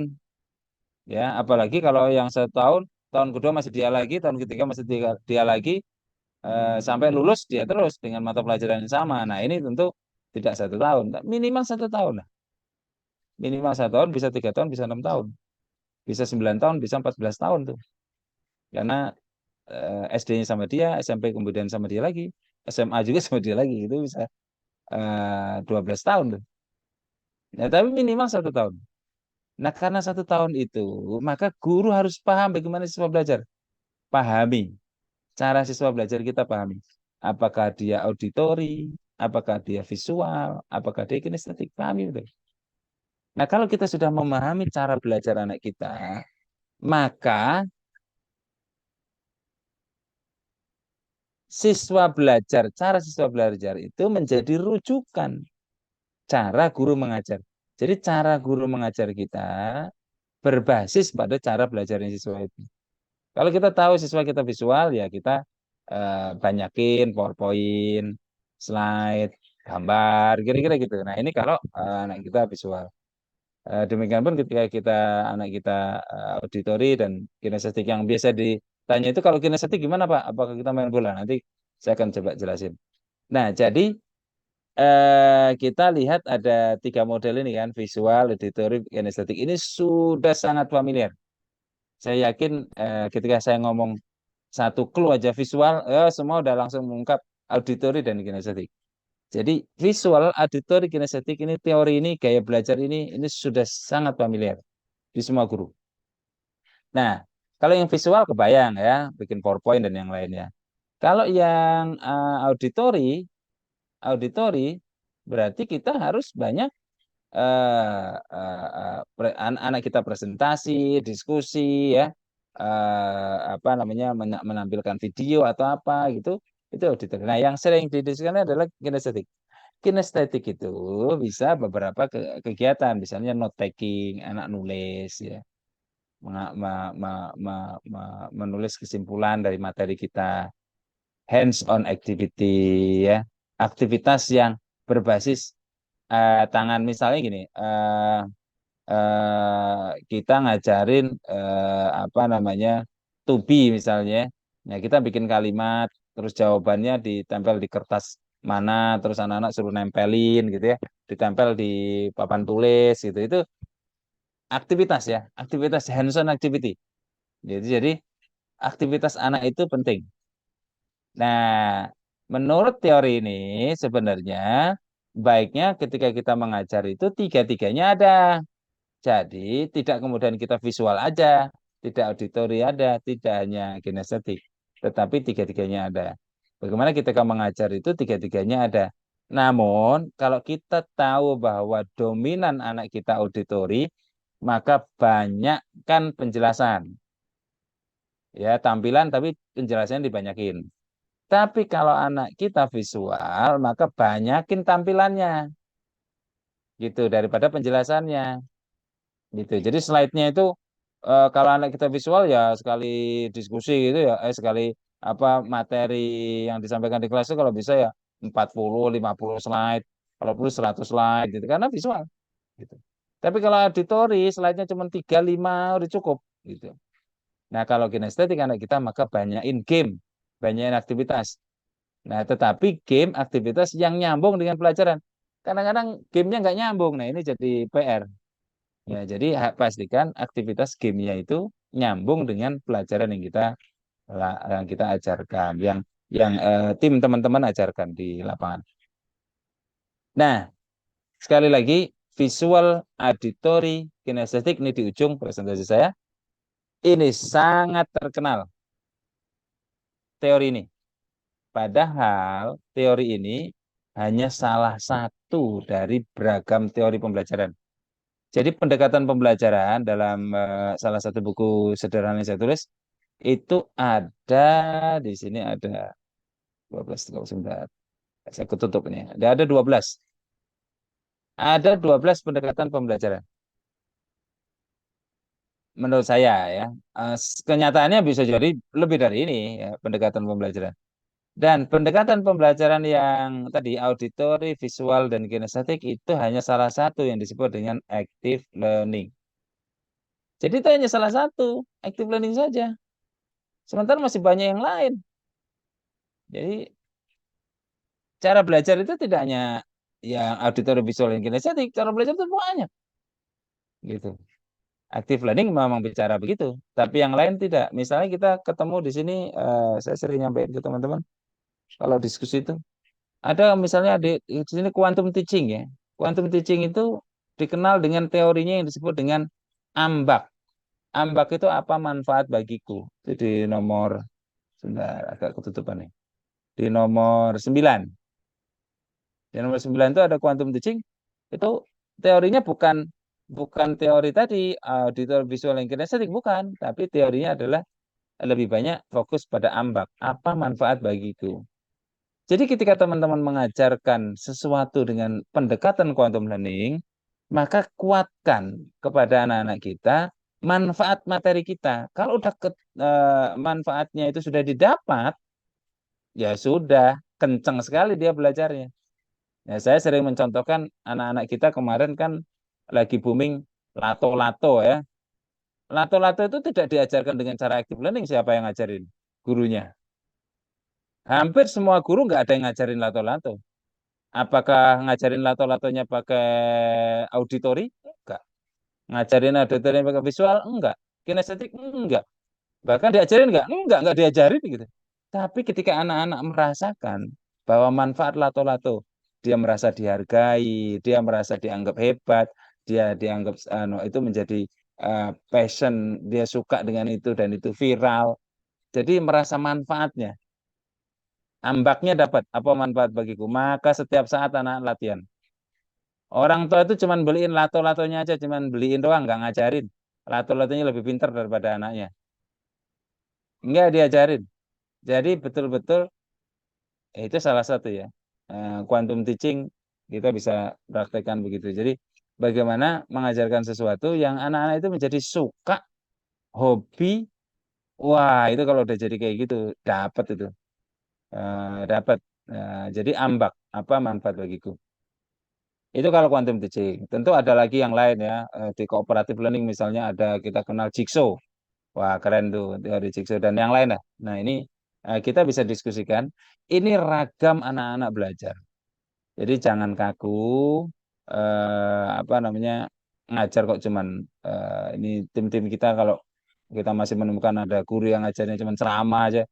Masya Allah, antum ini active learning aja belum bisa gitu. Sekedar membuat anak-anak itu aktif gitu ya, dengan melibatkan tadi ya visual, kinestetik sama apa namanya auditori aja nggak bisa. Apalagi dengan aspek-aspek strategi-strategi yang lain ini. Jadi banyak strategi kita untuk menjadikan anak kita sukses. Sekali lagi, fokus kita kepada anak-anak dan anak. Nah, teman-teman, Iwa semuanya, ini ada di buku Van Learning ya. Saya nulis buku ini, tapi covernya sang eh, yang ada di foto tidak terima dimasukin di situ ya, karena beliau sekarang menjadi ustadz besar ya. Kalau teman-teman tahu Radio Roja ya, yang diskusi tentang pendidikan ada namanya Abu Lukman. Nah, Bu Lukman itu teman saya dulu ini fotonya beliau ya. Beliau sempat kalau bisa ganti foto lah Pak Semangat ya. Udah terjadi ini bukunya udah lama sebelum antum jadi ustadz besar kepada Ustadz Abu Lukman. Apa? Mungkin Ustadz Abu Lukman ada gabung di sini, saya mohon maaf ya. Baik, ini buku sederhana yang terkait dengan 12 metode tadi. Banyak sekali beragam cara siswa belajar. Demikian Ustadz Hidayatullah, saya kembalikan ke antum untuk kita bisa diskusi. Baik, Masya Allah. Jazakallah khairan Ustaz atas pemaparannya. Dan insya Allah Bapak Ibu semuanya kita masuk ke sesi kedua setelah sesi satu tadi pemaparan dari narasumber kita yang luar biasa pada malam hari ini. Dan untuk selanjutnya kita masuk ke sesi kedua yaitu sesi tanya jawab, sesi sharing. Silakan bagi Bapak Ibu semuanya yang ingin sharing dengan narasumber Ustaz Dr. Pangat MA, kami persilakan dan kita buka untuk kesempatan bagi dua penanya terlebih dahulu. Silakan. langsung angkat tangan. Tadi awalan sudah ada yang angkat tangan, silakan bagi yang tadi sudah angkat tangan di awal, kami berikan kesempatan terlebih dahulu, silakan angkat tangan lagi. Baik, silakan Pak Ibu. Dari 75 hari ini masih 75 bertahan ya dari awal tadi sampai akhir masih 75 partisipan. Silakan, Masya Allah. Untuk penanya pertama, kami berikan kesempatan bagi Bapak Yudi dari An-Najah Bekasi. Silakan Bapak Yudi atau Ustadz Yudi kepada Ustadz Dr. Supangat langsung disampaikan pertanyaan. Silakan diaktifkan audionya. Terima kasih Pak Hidayatullah. Assalamualaikum warahmatullahi wabarakatuh. Waalaikumsalam warahmatullahi Menarik wabarakatuh. sekali pembahasan hari terakhir dan pekan terakhir ETA jilid pertama. Nih, Pak Supangat sebagai pembuka sekaligus penutup ini, Masya Allah Pak Dokter. Banyak sekali yang saya dapat malam hari ini dan juga banyak sekali yang pengen saya diskusikan sebenarnya Pak Supangat. Mohon izin kalau ada beberapa pertanyaan ini, ada 4 saya ngelis. Pak Hidayat boleh 4-4-nya dibacakan? Silakan. Ya, silakan disampaikan singkat saja, silakan. Baik. Yang pertama dibuka dengan paradigma lama dan paradigma baru. Kemudian fokusnya siapa, yang penting dalam proses pendidikan itu siapa. Saya agak bias, Pak Dokter, punten, antara fokus dengan penting. Apakah itu hal yang sama atau dua hal yang berbeda? Karena ketika dibilang fokus ke siswa, ya fokus ke siswa. Tapi apakah yang penting juga siswa? Fakta di lapangan berbeda, Pak Dokter. Punten ini. Yang banyak pelatihan guru. Kemudian sekolah-sekolah guru. Kemudian program dari Kemendikbud dan Kemenak juga PPG 3 bulan, 6 bulan, 1 tahun yang dibina gurunya. Bagaimana kemudian menggeser atau dianggap ini sebagai bentuk paradigma lama sehingga guru antara penting dengan fokus tadi. Yang pertama, yang kedua, mudah-mudahan dicatat Pak Hidayat ya, seperti ini juga saya lupa. Iya, baik. Yang kedua tentang diferensiasi perbedaan antara pendidikan di luar negeri dan di Indonesia. Tadi Pak Supangat sempat kutip, di kita bukan hanya asesmen literasi dan satu lagi matematik gitu ya. Numerasi, tapi juga ada survei karakter. Ini pertanyaan di luar kotak tapi menggigit. Berarti karakter kita, siswa-siswa kita, apakah baru sebatas survei, Pak Dokter? Kalau kita bandingkan dengan pendidikan di luar, mereka sudah tampil dalam bentuk real, tertib ngantri, kemudian disiplin hadir, meletakkan sepatu di tempat sepatu yang memang sudah disiapkan. Sampai kapan survei ini akan dipertahankan? Tidak menginternal ke siswa-siswanya. Itu yang kedua. Yang ketiga, mungkin kami butuh update informasi, Pak Dokter, tentang sudah sampai di mana peringkat pendidikan di Indonesia, Pak Dokter. Karena jangan sampai pepatah lama itu seperti katak dalam tempurung, Pak Dokter. Kita ngerasa sudah melebihi negara-negara lain, sementara fakta di lapangan jauh panggang daripada sate. Itu yang ketiga. Dan yang keempat, ada satu gambar yang sejak pertama kali muncul, saya sempat berpikir ada yang salah nggak sih dengan gambar. Saya pernah ditunjukkan gambar ada kucing, ada monyet, ada ikan, ada beberapa jenis hewan gitu ya. Kemudian captionnya begini, mereka punya monyet tidak mungkin diajari berenang, burung keahliannya terbang, kemudian ikan disuruh manjat pohon nggak akan bisa. Pertanyaannya begini Pak Dokter, objek yang kita hadapi kan sama-sama manusia. Kita nggak bicara konteksnya konteks manusia yang hidup di bulan, hidup di laut gitu misal. Kenapa gambar itu kemudian diambil untuk diferensiasi pembelajaran? Adakah gambar lain yang bisa mewakili? Gitu. Itu aja Pak Dokter. Pak Hidayat, terima kasih kesempatannya. Ini saya 8 hari full ngikutin, alhamdulillah, dan diberikan kesempatan untuk bisa berbicara di forum, Masya Allah, yang hadir guru-guru dan praktisi-praktisi pendidikan. Mudah-mudahan banyak manfaat yang bisa saya ambil. Jazakumullah khairan. Assalamualaikum warahmatullahi wabarakatuh. Waalaikumsalam. Waalaikumsalam warahmatullahi wabarakatuh. Masya Allah, luar biasa pertanyaannya. Ada 4 pertanyaan tadi Pak Dokter Supangat. Silakan bisa langsung saja Pak Dokter, biar langsung dijawab mumpung masih hangat nih pertanyaannya. Silakan. Baik, ya. Mohon bersabar Ustadz Arifin ya, karena Ustadz Yudi udah banyak nih. Ustadz Yudi paling aktif ya dari awal di forum kita ini, selalu memberikan pertanyaan-pertanyaan, dan pertanyaan-pertanyaan itu luar biasa, susah jawabnya. Hampir di semua forum, bahkan beliau yang pertama kali selalu menanya ya, hampir di semua forum. Baik, pertanyaan pertama ya. Jadi saya tidak tahu secara khusus secara terminologi beda fokus sama penting ya. Bagi saya dua-duanya itu apa namanya mirip ya, tapi mungkin ada bedanya ya. Mungkin Ustadz Yudi agak concern di dunia linguistiknya. Saya tidak begitu mendalami tentang apa beda fokus sama penting. Tapi begini, memang betul tetap guru yang menjadi PPG pelatihan. Tapi kalau kita lihat PPG guru gitu ya, saya termasuk asesor PPG ya. Jadi saya menilai siapa yang akan lolos, PPG-nya lolos atau tidak. Nah, itu pertanyaan-pertanyaannya lebih banyak terkait dengan ini apa program guru tersebut terhadap siswa. Gitu. Jadi konsentrasinya ke siswa, ke siswa, ke siswa, ke siswa.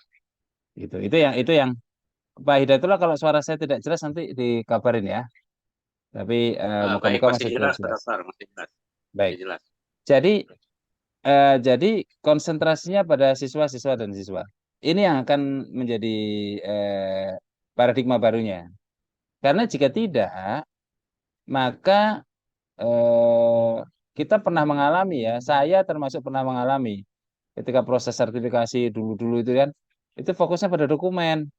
Waduh, kok dokumennya banyak, sertifikatnya banyak, gini-gini, terus dia guru pinter gitu ya.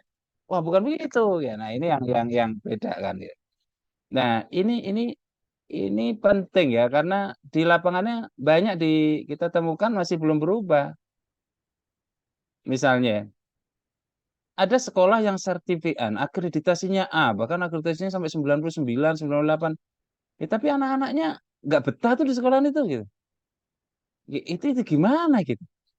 Ini menunjukkan bahwa nggak nyambung ini apa namanya konsentrasi paradigma barunya. Nah, ini makanya dikuatkan betul. Saya betul-betul menguatkan. Jadi mending kita akreditasinya B tapi anaknya sukses semua gitu. Bahkan tidak akreditasi ya tapi sukses gitu. Itu kan jauh lebih mantap. Bahkan beberapa sekolah ada juga pesantren yang tidak mau diakui oleh pemerintah, tapi masyarakat mengakuinya dan alumni di situ keren-keren gitu. Walaupun kemudian pemerintah yang ngalah, yang disebut ada program namanya Muadalah. Muadalah itu kan ngalah sebetulnya pemerintah. Dia nggak mau berubah ini pesantren ini, dan akhirnya pengikutnya banyak ya. Saya nggak perlu sebutin ya pesantrennya. Tapi saya pikir ini sudah familiar lah. Saya sebutin aja lah. Misalnya Gontor itu kan negara mau ngatur nggak mau gitu ya. Nah, mereka sudah ada sebelum Indonesia merdeka. Nah, yang ngikutin muadalahnya Gontor banyak banget gitu. Nah, jadi mending berkualitas sekolahnya dan anaknya bagus daripada dianggap bagus oleh pemerintah. Jadi termasuk ke guru-guru tadi. Jadi betul pelatihan masih guru, seleksi PPG, semua ke guru. Tapi bagaimana gurunya itu kemudian fokus ke siswa. Prestasi siswa, keunggulan siswa, kehebatan siswa, itu yang menjadi konsentrasi. Nah, ini yang penting ya. Demikian pun harapannya kepala sekolah juga begitu. Kepala sekolah ketika akreditasi, ketika kita kan punya di kepala sekolah itu punya PKKS ya, penilaian kinerja kepala sekolah. Ya Pak Yudi mungkin sudah di yayasan mungkin ya, tapi kalau Pak Yudi di kepala sekolah dan ada PKKS, lihat aja PKKS-nya. Dokumen semua. Ah, gimana sih? Nah, ini kan nggak sesuai dengan paradigma. Ya, paradigma barunya sekali lagi harus siswa. Nah, itu untuk pertanyaan pertama. Jadi saya mohon maaf untuk masalah fokus dan penting saya kurang begitu concern. Yang kedua, eh, masalah survei tadi ya. Jadi memang apa namanya kita kan ada apa namanya ada numerasi dan literasi ya. Dan kemudian ada survei karakter. Pertanyaannya kok survei-survei ya? Ya aplikatif yang penting gitu ya. Ya itu memang betul ya. Memang kita ini punya niat ya. Saya sih menghargai niatnya ya. Niatnya bagus. Contoh ya. Dulu sebelum survei karakter ini ada namanya program namanya PPK. Pak Yudi mungkin pengalaman tuh PPK itu penguatan karakter apa? Pendidikan penguatan karakter. Itu yang menyampaikan langsung Pak Menteri Muhammad Nuh saat itu PPK. Oh itu luar biasa, konsentrasinya luar biasa. Saya termasuk bagian daripada yang juga mentraining-training beberapa tempat terkait dengan PPK ini, pendidikan karakter nih. Saya bahkan nulis beberapa buku tentang karakter. Itu luar biasa. Di tahun 2006, memulai PPK 2006. 2020, itu 2026, 2006 ya, saya ingat saya 2006 ya. Iya, 2006, saya ingat saya. 2020 ini, 2020 itu seharusnya sudah sukses. Karakter kita, karakter apa namanya anak-anak kita, masyarakat kita itu seperti karakter orang-orang tadi yang Pak Yudi sampaikan, misalnya di Singapura antri, benar, ini udah kayak gitu. Itu sudah didesain. Nah, ternyata 2023 ya belum ada perubahan tuh.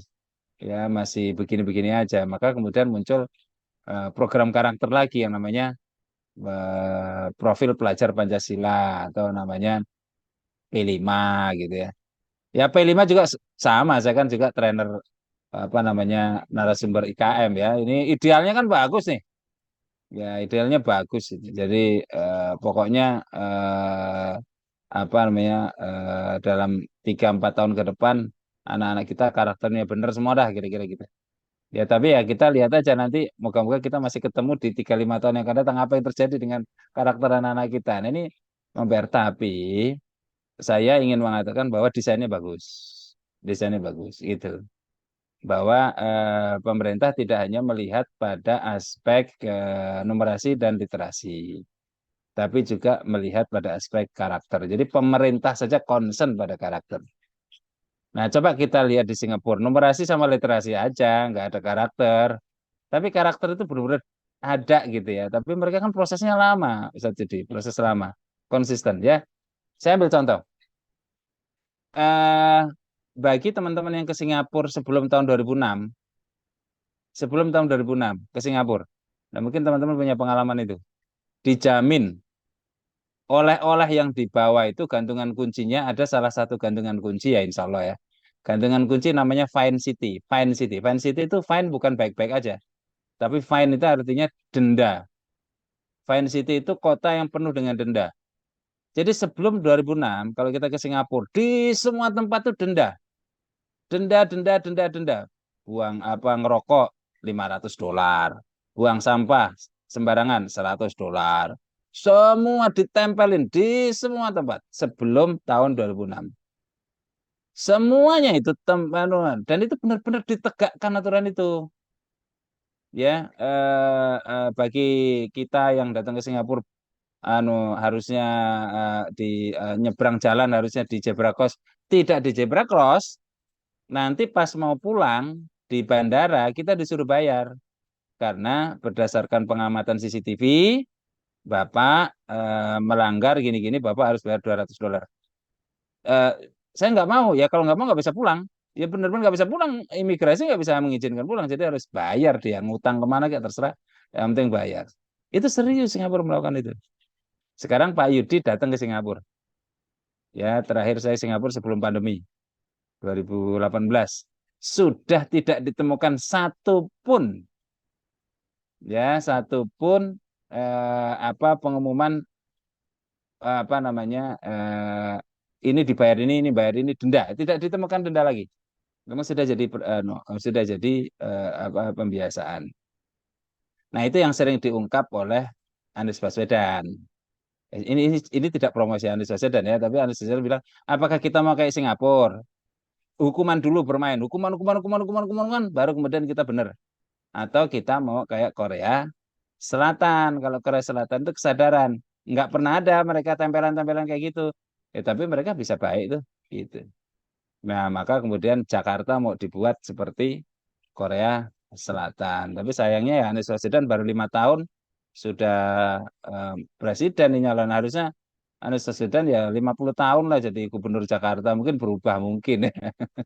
Jadi itu tentang niat baik. Saya lihat niat baik. Jadi kalau antum nanyain peringkat di pertanyaan ketiga tentang peringkat ya masih PR, masih PR, masih PR betul PR berat banget di kita.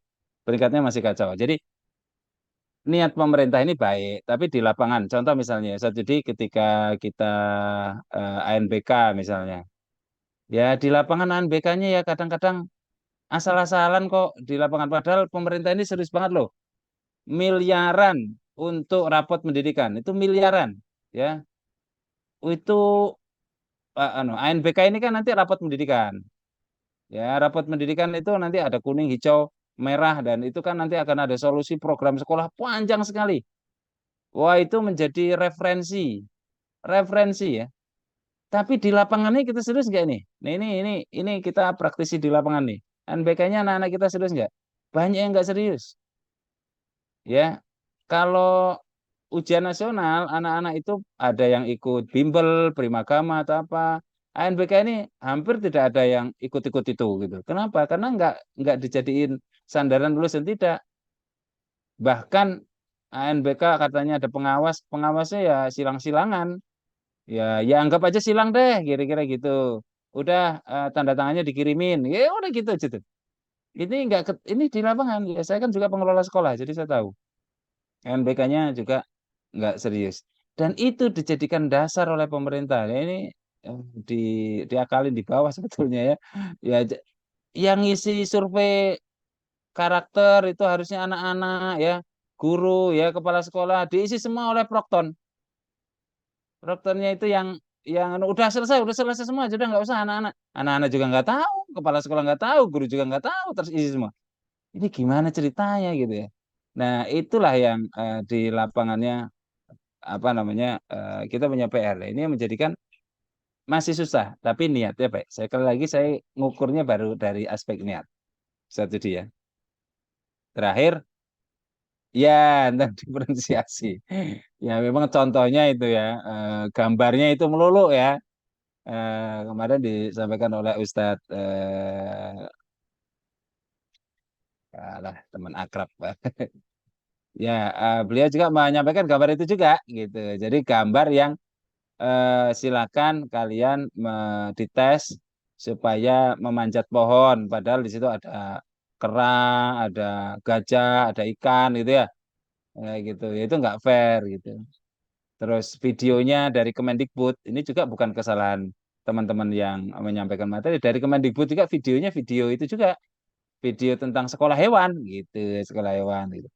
Nah, jadi memang itu untuk memudahkan ya, untuk memudahkan memahami. Jadi kalau dipakai video itu orang langsung, oh iya ya gitu.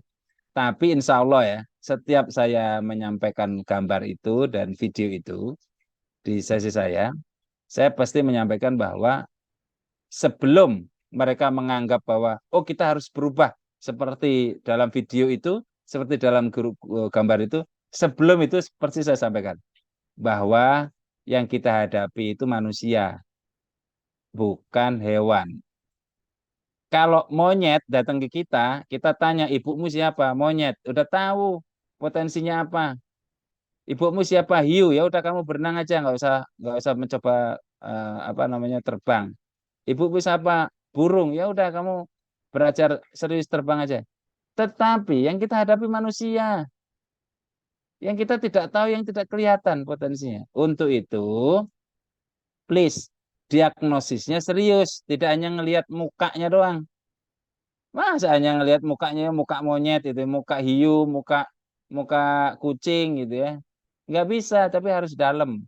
Nah, ada diagnosis yang bersifat kognitif dan non kognitif, dan itu harus didalemin betul. Sehingga kita tahu potensi anak-anak kita.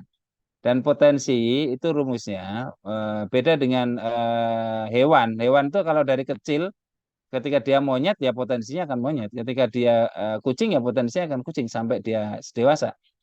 Tapi anak ketika dia kecil, balita, itu semua potensi ada. Jadi kalau kita menggunakan pendekatan multiple intelligence misalnya yang kecerdasan 8 ya, walaupun Gartner sudah mengembangkan jadi 9.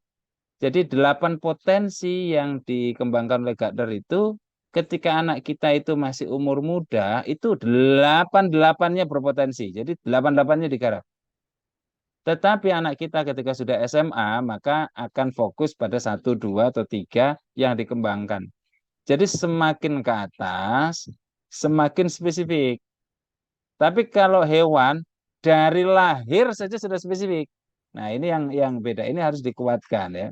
Makanya harus diagnosisnya tidak hanya ngelihat mukanya aja. Saya khawatir ketika nonton film itu, oh ya, berarti terus diagnosis gimana? Ya lihat mukanya aja gitu. Nggak bisa. Nah ini muka-muka menjawab pertanyaan antum dari semua yang antum tanyakan. Kalau ditanya ada video atau ada gambar yang representasi, saya belum punya. Nanti kalau ada saya kirim ke antum insya Allah ya. Saya belum punya. Baik, itu mungkin Pak Hidayat. Silakan, saya kembalikan ke antum. Baik, Makasih Masya Pak Allah. Dokter. Masya Allah. Ya, jazakallah khairan atas jawabannya, Pak Dokter. Insya Allah sangat luar biasa, jelas, lengkap tadi apa yang disampaikan Pak Dokter atas pertanyaan dari Bapak Yudi di penanya sebagai penanya ke-1 tadi. Dan untuk selanjutnya kita berikan kesempatan untuk penanya kedua yang sudah angkat tangan di sini dari tadi, Bapak Muhammad Arifin. Silakan kami berikan kesempatan kedua untuk Bapak Muhammad Arifin. Silakan diaktifkan audionya. Silakan Bapak Muhammad Arifin. Baik, terima kasih Pak Ustadz Hidayatullah atas kesempatan yang diberikan. Mungkin sebelumnya perkenalkan, saya Muhammad Arifin dari Depok, Pak. Nah, saya ini merupakan seorang guru honorer. Jadi dulu dan merupakan seorang guru honorer, guru yang katakanlah newbie lah, karena ya katakanlah baru 1 tahun terakhir saya terjun ke dunia keguruan, yang sebelumnya banyak belajar tertarik ke dunia pendidikan masih dalam tahapan teori, kira-kira 8 tahunan sekian. Nah, baru terjun benar-benar ke praktisi setahun terakhir ini, kira-kira begitu. Nah, menarik sekali tema malam ini terkait paradigma baru pendidikan abad 21 gitu ya. Yang saya tangkap dari apa yang disampaikan oleh Bapak Dr. Supangat tadi, bahwasanya ada perubahan paradigma di mana paradigma lama itu titik fokusnya itu adalah pada guru gitu ya. Nah, kemudian berubah sekarang paradigma baru yaitu titik fokusnya pada peserta didik ataupun siswa gitu ya Pak ya. Nah, terkait sama paradigma baru tersebut, jadi ada ini lebih pada pengalaman teknis gitu ya. Jadi saya sudah mencoba untuk memahami hal itu, fokus kepada siswa, fokus pada potensi-potensi yang ada pada siswa atau peserta didik gitu kan. belajar memahami apa yang ada potensi pada diri mereka, gitu kan. Kemudian mengelaborasi itu semua dengan eh, mengajar menggunakan berbagai metode media pembelajaran yang sangat beragam yang saya sesuaikan dengan karakter dan potensi peserta didik yang sudah saya lakukan survei ataupun observasi gitu ya. Nah, tetapi berbagai metode dan media pembelajaran yang beragam yang sudah saya lakukan gitu ya. Ini kebetulan saya guru honorer di Madrasah Aliyah gitu ya, generasi Z gitu ya, di mana siswa itu kok kurang semangat dalam belajar, kayak nggak ada greget gitu ya. Jadi meskipun itu menurut saya metodenya tuh asik, sudah berbagai, kadang-kadang sampai bingung metode apa lagi, media pembelajaran apa lagi yang harus saya keluarkan. Katakanlah kalau pendekar itu jurus apa lagi yang harus saya keluarkan itu supaya peserta didik yang dalam tanda kutip merupakan generasi Z ini benar-benar mau tertarik dan punya greget gitu. Jadi membangun greget yang dimiliki generasi Z itu memang tantangan banget gitu. Nah, itu kira-kira solusi yang tepat terkait sama paradigma baru tadi itu seperti apa? Itu yang pertama. Kemudian yang kedua, tadi ada apa namanya? Hal-hal yang perlu dilakukan yang do and don't tadi. Yang do tadi misalkan memberikan kesempatan kolaborasi. Artinya kita banyak memberikan kesempatan kepada peserta didik untuk lebih aktif kira-kira begitu ya. Nah, tetapi kebetulan saya ngajarnya tuh ada 3 mata pelajaran gitu ya, dan pelajaran agama semua. Eh, saya sudah mencoba itu juga, tapi memang lagi-lagi karena kita fokus pada potensi anak, anak-anak ini memang kurang kritis gitu. Sudah dipancing dengan pertanyaan, sudah dipancing dengan tadi berbagai metode yang beragam dan media-media yang beragam juga gitu. Tapi masih tidak kritis gitu, kurang kritis gitu. Kalaupun ada cuma 1-2 orang, sehingga proses pembelajaran yang kita harapkan ada kolaborasi dengan siswa, guru dan siswa itu tidak berjalan dengan baik gitu. Nah, kira-kira gimana nih kan? Ya lagi-lagi sebenarnya kan yang dihadapin adalah generasi Z yang memang dalam tanda kutip instan gitu ya, instan dan manja lah kira-kira begitu. Tidak mau mumet, tidak mau mikir, maunya langsung jadi lah kira-kira gitu ya. Kalau nonton video kan juga maunya yang short video gitu kan. Nah, itu seperti yang disajikan oleh teknologi ada saat ini gitu. Itu. Terus yang terakhir ini saya mau komentari terkait sama tadi yang Pak Dr. Supangat sampaikan, bahwasanya kurikulum Indonesia yang saat ini itu memang sangat bagus. Saya setuju, sangat bagus sekali itu ya. Yang bisa mengkolaborasikan tujuan pembelajaran terkait sama kognitif, afektif, dan psikomotorik yang diadopsi dari konsepnya Bloom gitu ya. Tapi pada kenyataannya memang pada implementasinya gitu ya, untuk saat ini apa yang dikonsepkan dalam kurikulum Merdeka katakanlah, mulai dari Kurtila sampai Merdeka itu realitasnya memang masih sangat jauh ya. Jangankan apa namanya kemajuan kognitif, kemampuan kognitif yang bisa diandalkan, bahkan afektif dan psikomotorik pun itu kalau bisa kalau mau dibandingkan dengan katakanlah dengan negara-negara maju itu masih sangat jauh lah, budaya-budaya yang positif, budaya-budaya antri, budaya disiplin dan sebagai disiplin waktu khususnya dan sebagainya. Waktu apalagi kita melihat banyaknya kasus-kasus yang terjadi, misalkan berita-berita yang terakhir yang berkembang saat ini, misalkan kekerasan antara siswa dengan siswa, keberanian siswa melawan guru dan sebagainya gitu. Dan itu jangankan itu karakter atau akhlak dari tujuan pembelajaran afektif dan psikomotorik gitu, apalagi kognitif jauh sekali kalau mau dibandingkan dengan negara-negara. Jangan-jangan mau sebagus apapun kurikulum kalau gurunya itu juga kurang berkualitas misalkan, itu nggak akan tercapai itu tujuan-tujuan kurikulum yang sudah dicanangkan gitu ya. Karena memang lagi-lagi profesi guru di Indonesia itu masih nomor sekian, bukan bukan sesuatu yang dibanggakan oleh warga negara atau anak bangsa gitu ya. Karena memang proses menjadi guru juga sangat mudah, beda misalkan dengan menjadi guru yang sudah sangat profesional dan prosesnya juga sangat sulit, mungkin banyak tahapan-tahapan harus menjadi seorang guru di negara-negara maju yang pendidikannya berkembang dengan baik gitu. Saya kira itu pertanyaan saya, kegelisahan saya, barangkali mungkin bisa nanti diberikan solusi dari Pak Dr. Supangat. Terima kasih. Assalamualaikum warahmatullahi wabarakatuh. Waalaikumsalam warahmatullahi Waalaikumsalam wabarakatuh. warahmatullahi Terima wabarakatuh. kasih Bapak Arifin. Pak Dokter, silakan langsung ditanggapi. Ini dua penanya yang luar biasa. Baik. Ini penanya kedua Bapak Arifin, panjang dan lebar Ya, pertanyaan. Silakan. pertanyaannya luar biasa ya dari Ustadz Arifin. Memang Pak Arifin statusnya guru honorer, tapi mungkin ketua yayasan gitu ya, punya sekolah ya. Owner Jadi kayaknya nih Pak. ya, jadi memang teman-teman ini, ya kayaknya saya sudah sering ketemu dengan Ustadz Arifin di UIN. Betul, Baik, Ustaz. ya baik. Ustadz Arifin, begini. Pertama tentang metode, saya mau slide-in ya,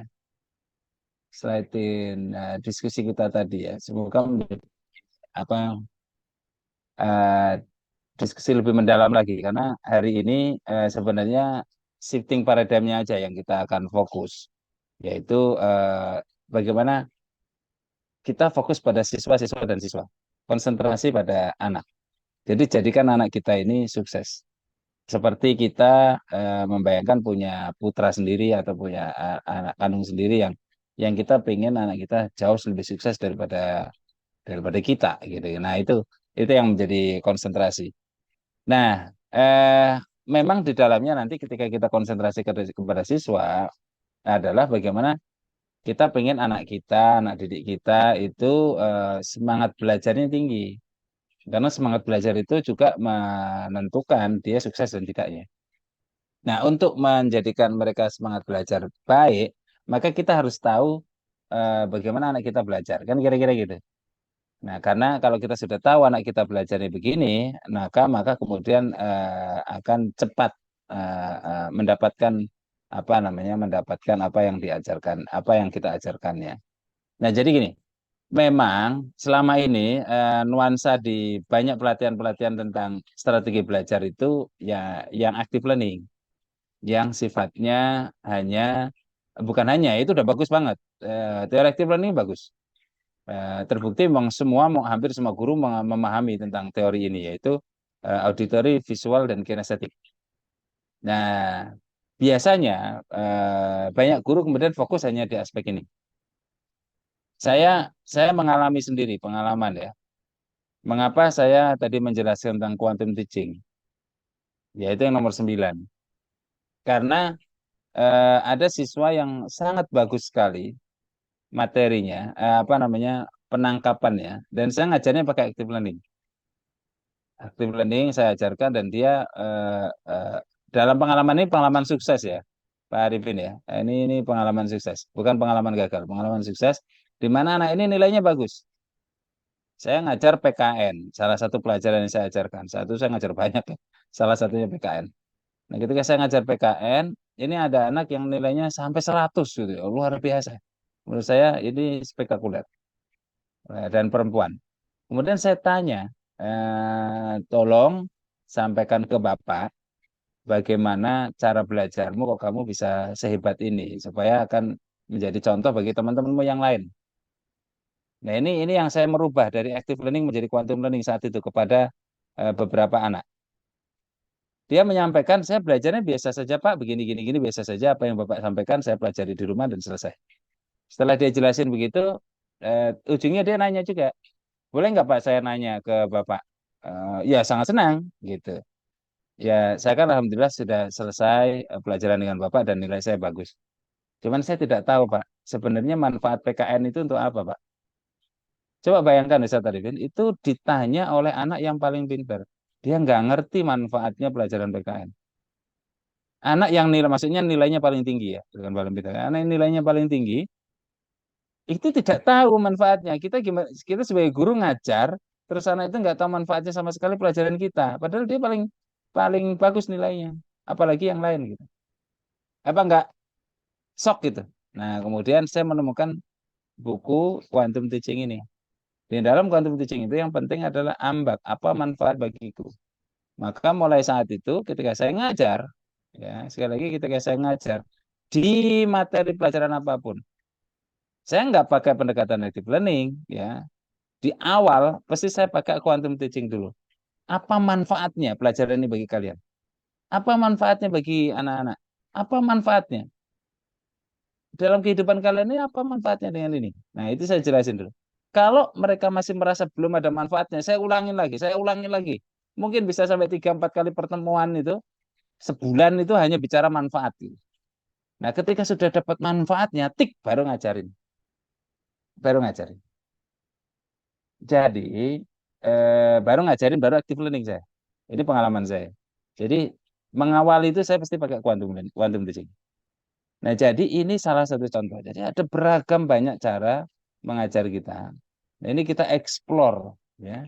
Bisa jadi beberapa anak-anak kita itu kebermanfaatnya dia nggak dapat. Gitu.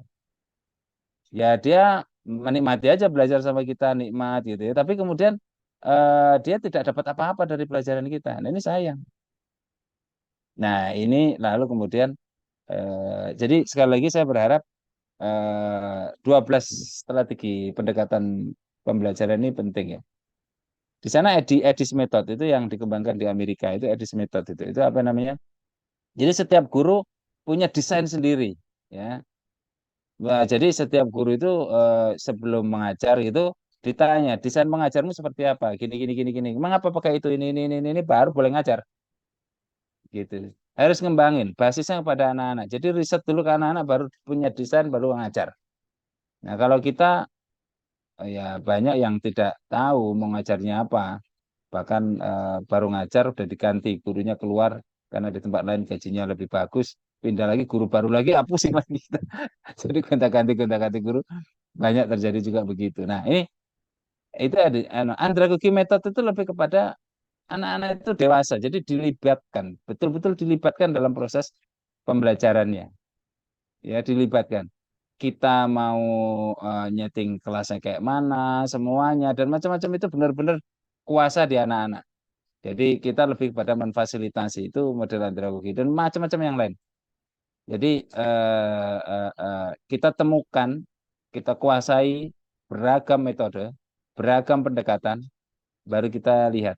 Oh, ternyata kelas kita ini cocoknya pakai ini, cocoknya pakai ini, cocoknya pakai ini. Nah, kalau udah ketemu, klik gitu, insya Allah kita akan menjadi guru favorit ya, guru yang di Kota Bogor itu yang guru honorer yang sampai kepala sekolahnya dipecat gara-gara gurunya ya, guru favorit gitu ya. Jadi guru favorit itu sebenarnya kuncinya ada di metode belajar ini, kuasai ini, insya Allah lah. Nah itu pertanyaan pertama ya, moga-moga menjawab ya. Jadi perjuangan untuk mencari cara yang tepat terus dilanjutkan ya, Ustaz Arifin ya. Kemudian yang kedua tentang kurikulum ya, saya close dulu PowerPoint. Tentang kurikulum ya. Ya memang kadang-kadang kita ketemu dengan kondisi siklus, Ustaz Arifin dan teman-teman semua. Harusnya anak kita ini misalnya ya, ini nggak usah ke pemerintah deh, ke kita aja. Harusnya anak kita ini belum lulus SD ya, belum bisa ini, belum bisa ini, belum bisa ini. Tapi dia sudah kelas 6, masa nggak lulus SD? Ya lulus lah di SMP. Masuk di SMP gitu ya. Harusnya dia belum lulus nih SMP nih dengan kualitas kayak gini nih. Ya lulus lah gitu. SMP lulus karena kelas 9 jadi kelas 12. Jangan-jangan beberapa guru juga harusnya belum lulus nih S1. Kalau lihat skripsinya gitu. Saya pribadi kalau ngeliat skripsi saya, masa kayak gini dilulusin ya dulu ya, kira-kira gitu ya. Saya ngelihat skripsi saya bertanya-tanya gitu, Ustaz Hidayatullah. Ah, ini gimana ini saya bisa dilulusin dulu ya. Ya itu saking baiknya dosen saya, kira-kira gitu ya. Jangan-jangan nanti ketika saya sudah ini ya, Ustadz Arif ini jangan-jangan nanti kalau udah 3 tahun lagi udah ngelihat tesisnya, ini karena baiknya dosen saya ini. Jangan-jangan saya 10 tahun yang akan datang atau 3 tahun atau mungkin sekarang gitu ya, ngelihat disertasi saya kayak gini kok bisa lulus S3, gimana rumusnya gitu. Ya kadang-kadang hanya siklus di mana kita harus melalui itu, gitu. Siklus melalui itu. Kurikulum juga siklus. Ini sudah 10 tahun, kurikulum K13 itu 10 tahun. Sudah layaknya diganti. Jadi kalau kita lihat siklus kurikulum itu 10 tahun, Ustaz Arifin. Ini kurikulum 2023, namanya kurikulum Merdeka. 10 tahun yang lalu, 2013, namanya kurikulum K13. 10 tahun sebelumnya, 2003-2004, namanya kurikulum KBK. 10 tahun kemudian, tahun 94, itu namanya kurikulum CBSA. 10 tahun nanti, itu kan siklus kurikulum. Jadi kurikulum Merdeka ini, walaupun nanti antum belum bisa menyelesaikannya, tapi kalau sudah masuk tahun 2034, ya ada kurikulum baru lagi, Ustaz Arifin. Walaupun kita belum selesai gitu ya. Ya sudah waktunya naik, udah pindah dari SD ke SMP. Begitu itu siklus. Jadi kadang-kadang kita menghadapi siklus, bukan menghadapi mutu. Gitu. Jadi kan antum S2-nya harus selesai. Masa 5 tahun nggak selesai-selesai S2? Masa 7 tahun nggak selesai-selesai S2? Kan harus selesai. Nah ketika selesai ya masuk lagi S3. S3 ya masuk lagi postdoktoral. Terus gitu. Ya nggak tahu lah. Ya kayak kita diskusi ini, walaupun kita serius diskusinya, tapi kata Ustadz tidak itu loh. Ya nanti waktunya kita selesai, ya selesai. Ini sudah jam 21.26. Nah, ada waktunya selesai juga ini ya. Tapi masih bertahan ya, 60 ya. Padahal seharusnya jam 9 sudah selesai nih. Saya kembalikan ke Ustadz tidak itu loh. Jadi siklus ya, Ustadz Arifin. Kadang-kadang siklus. Baik, Masya Allah. Eh, Masih pada betah Pak Dokter nih, karena materinya menarik. Terus apa namanya diskusinya semakin seru dan kita berikan satu orang lagi Pak Dokter kesempatan ya untuk penanya. Silakan untuk Bapak Ibu semuanya bagi yang ingin uh, berdiskusi, berpartisipasi dalam diskusi, kami berikan kesempatan untuk satu orang penanya lagi. Silakan. Atau tidak ada. Baik, berikan kesempatan sekali lagi bagi Bapak Ibu yang ingin berpartisipasi dalam sesi diskusi pada kesempatan malam hari ini. Baik, sepertinya tidak ada Pak Dokter. Karena waktu ya sudah menunjukkan pukul 21 hampir 30 ini hampir 21.30 Wah, luar ya. biasa. Dan Luar biasa. Ya, iya, ya. dan kami berikan kesempatan untuk Pak Dokter bisa menyimpulkan dari apa yang sudah disampaikan dari awal sampai akhir. Silakan Pak Dokter untuk diberikan closing statement. Baik, sekali lagi saya mengucapkan banyak terima kasih teman-teman yang bisa standby terus. Seharusnya jam 9 kita sudah selesai, kita sudah melebihi, bahkan melebihinya nggak tanggung-tanggung sampai setengah jam ya. Saya sendiri nggak merasakan hal itu. Saya mengucapkan banyak terima kasih dan mohon dimotivasi tim-timnya ya. Ada Pak Ki Ali di sini ya, beliau memimpin Jawa Tengah itu. Jadi mohon dimotivasi semua tim-timnya agar apa namanya fokus pada siswa dan santri karena sekali lagi suksesnya lembaga kita, suksesnya kita semua, suksesnya bangsa ini ada di tangan mereka. 2024 bonus demografi itu ada di tangan mereka. Kalau mereka ini baik, maka Indonesia baik. Tapi kalau mereka tidak baik, ya naudzubillah min dzalik ya, maka justru itu menjadi bukan bonus lagi, tapi menjadi racun demografi bagi bangsa kita. Ini kita menghindari itu. Itu please konsentrasi pada siswa-siswa dan santri-santri kita. Demikian, Ustaz Hidayatullah. Baik, terima kasih Pak Dokter atas kalimat penutupnya, Masya Allah, yang sangat berisi tentunya, fokus pada siswa, fokus pada peserta didik, dan kita dihadapkan pada bonus demografi, dan insya Allah mudah-mudahan tidak menjadi racun demografi, tapi benar-benar menjadi bonus demografi bagi negara kita. Baik, Bapak Ibu semuanya yang berbahagia, dimanapun Bapak Ibu berada, para peserta ETA, yaitu Mind Teacher Academy, yang sudah setia dari awal sampai akhir, untuk bisa terus menyimak paparan dari narasumber kita yang luar biasa pada malam hari ini. Kami ucapkan terima kasih atas partisipasi Bapak Ibu semuanya, dan kami juga mengucapkan terima kasih yang sebesar-besarnya kepada guru kita, narasumber kita, Bapak Ustadz Dr. Supangat MA, yang sudah setia mendampingi kegiatan-kegiatan kita dari awal sampai sesi terakhir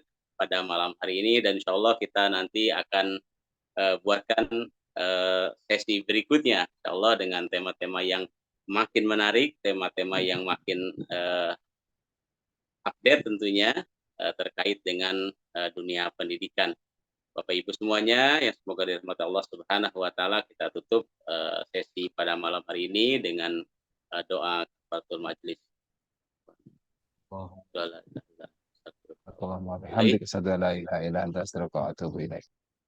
Baik, saya atas nama pembawa acara mohon maaf atas segala kehilafan, kekurangan dan kekeliruan. Terima kasih. Billahi taufik wal hidayah. Assalamualaikum warahmatullahi wabarakatuh. Waalaikumsalam warahmatullahi wabarakatuh. Izin live room ya. Assalamualaikum warahmatullahi wabarakatuh.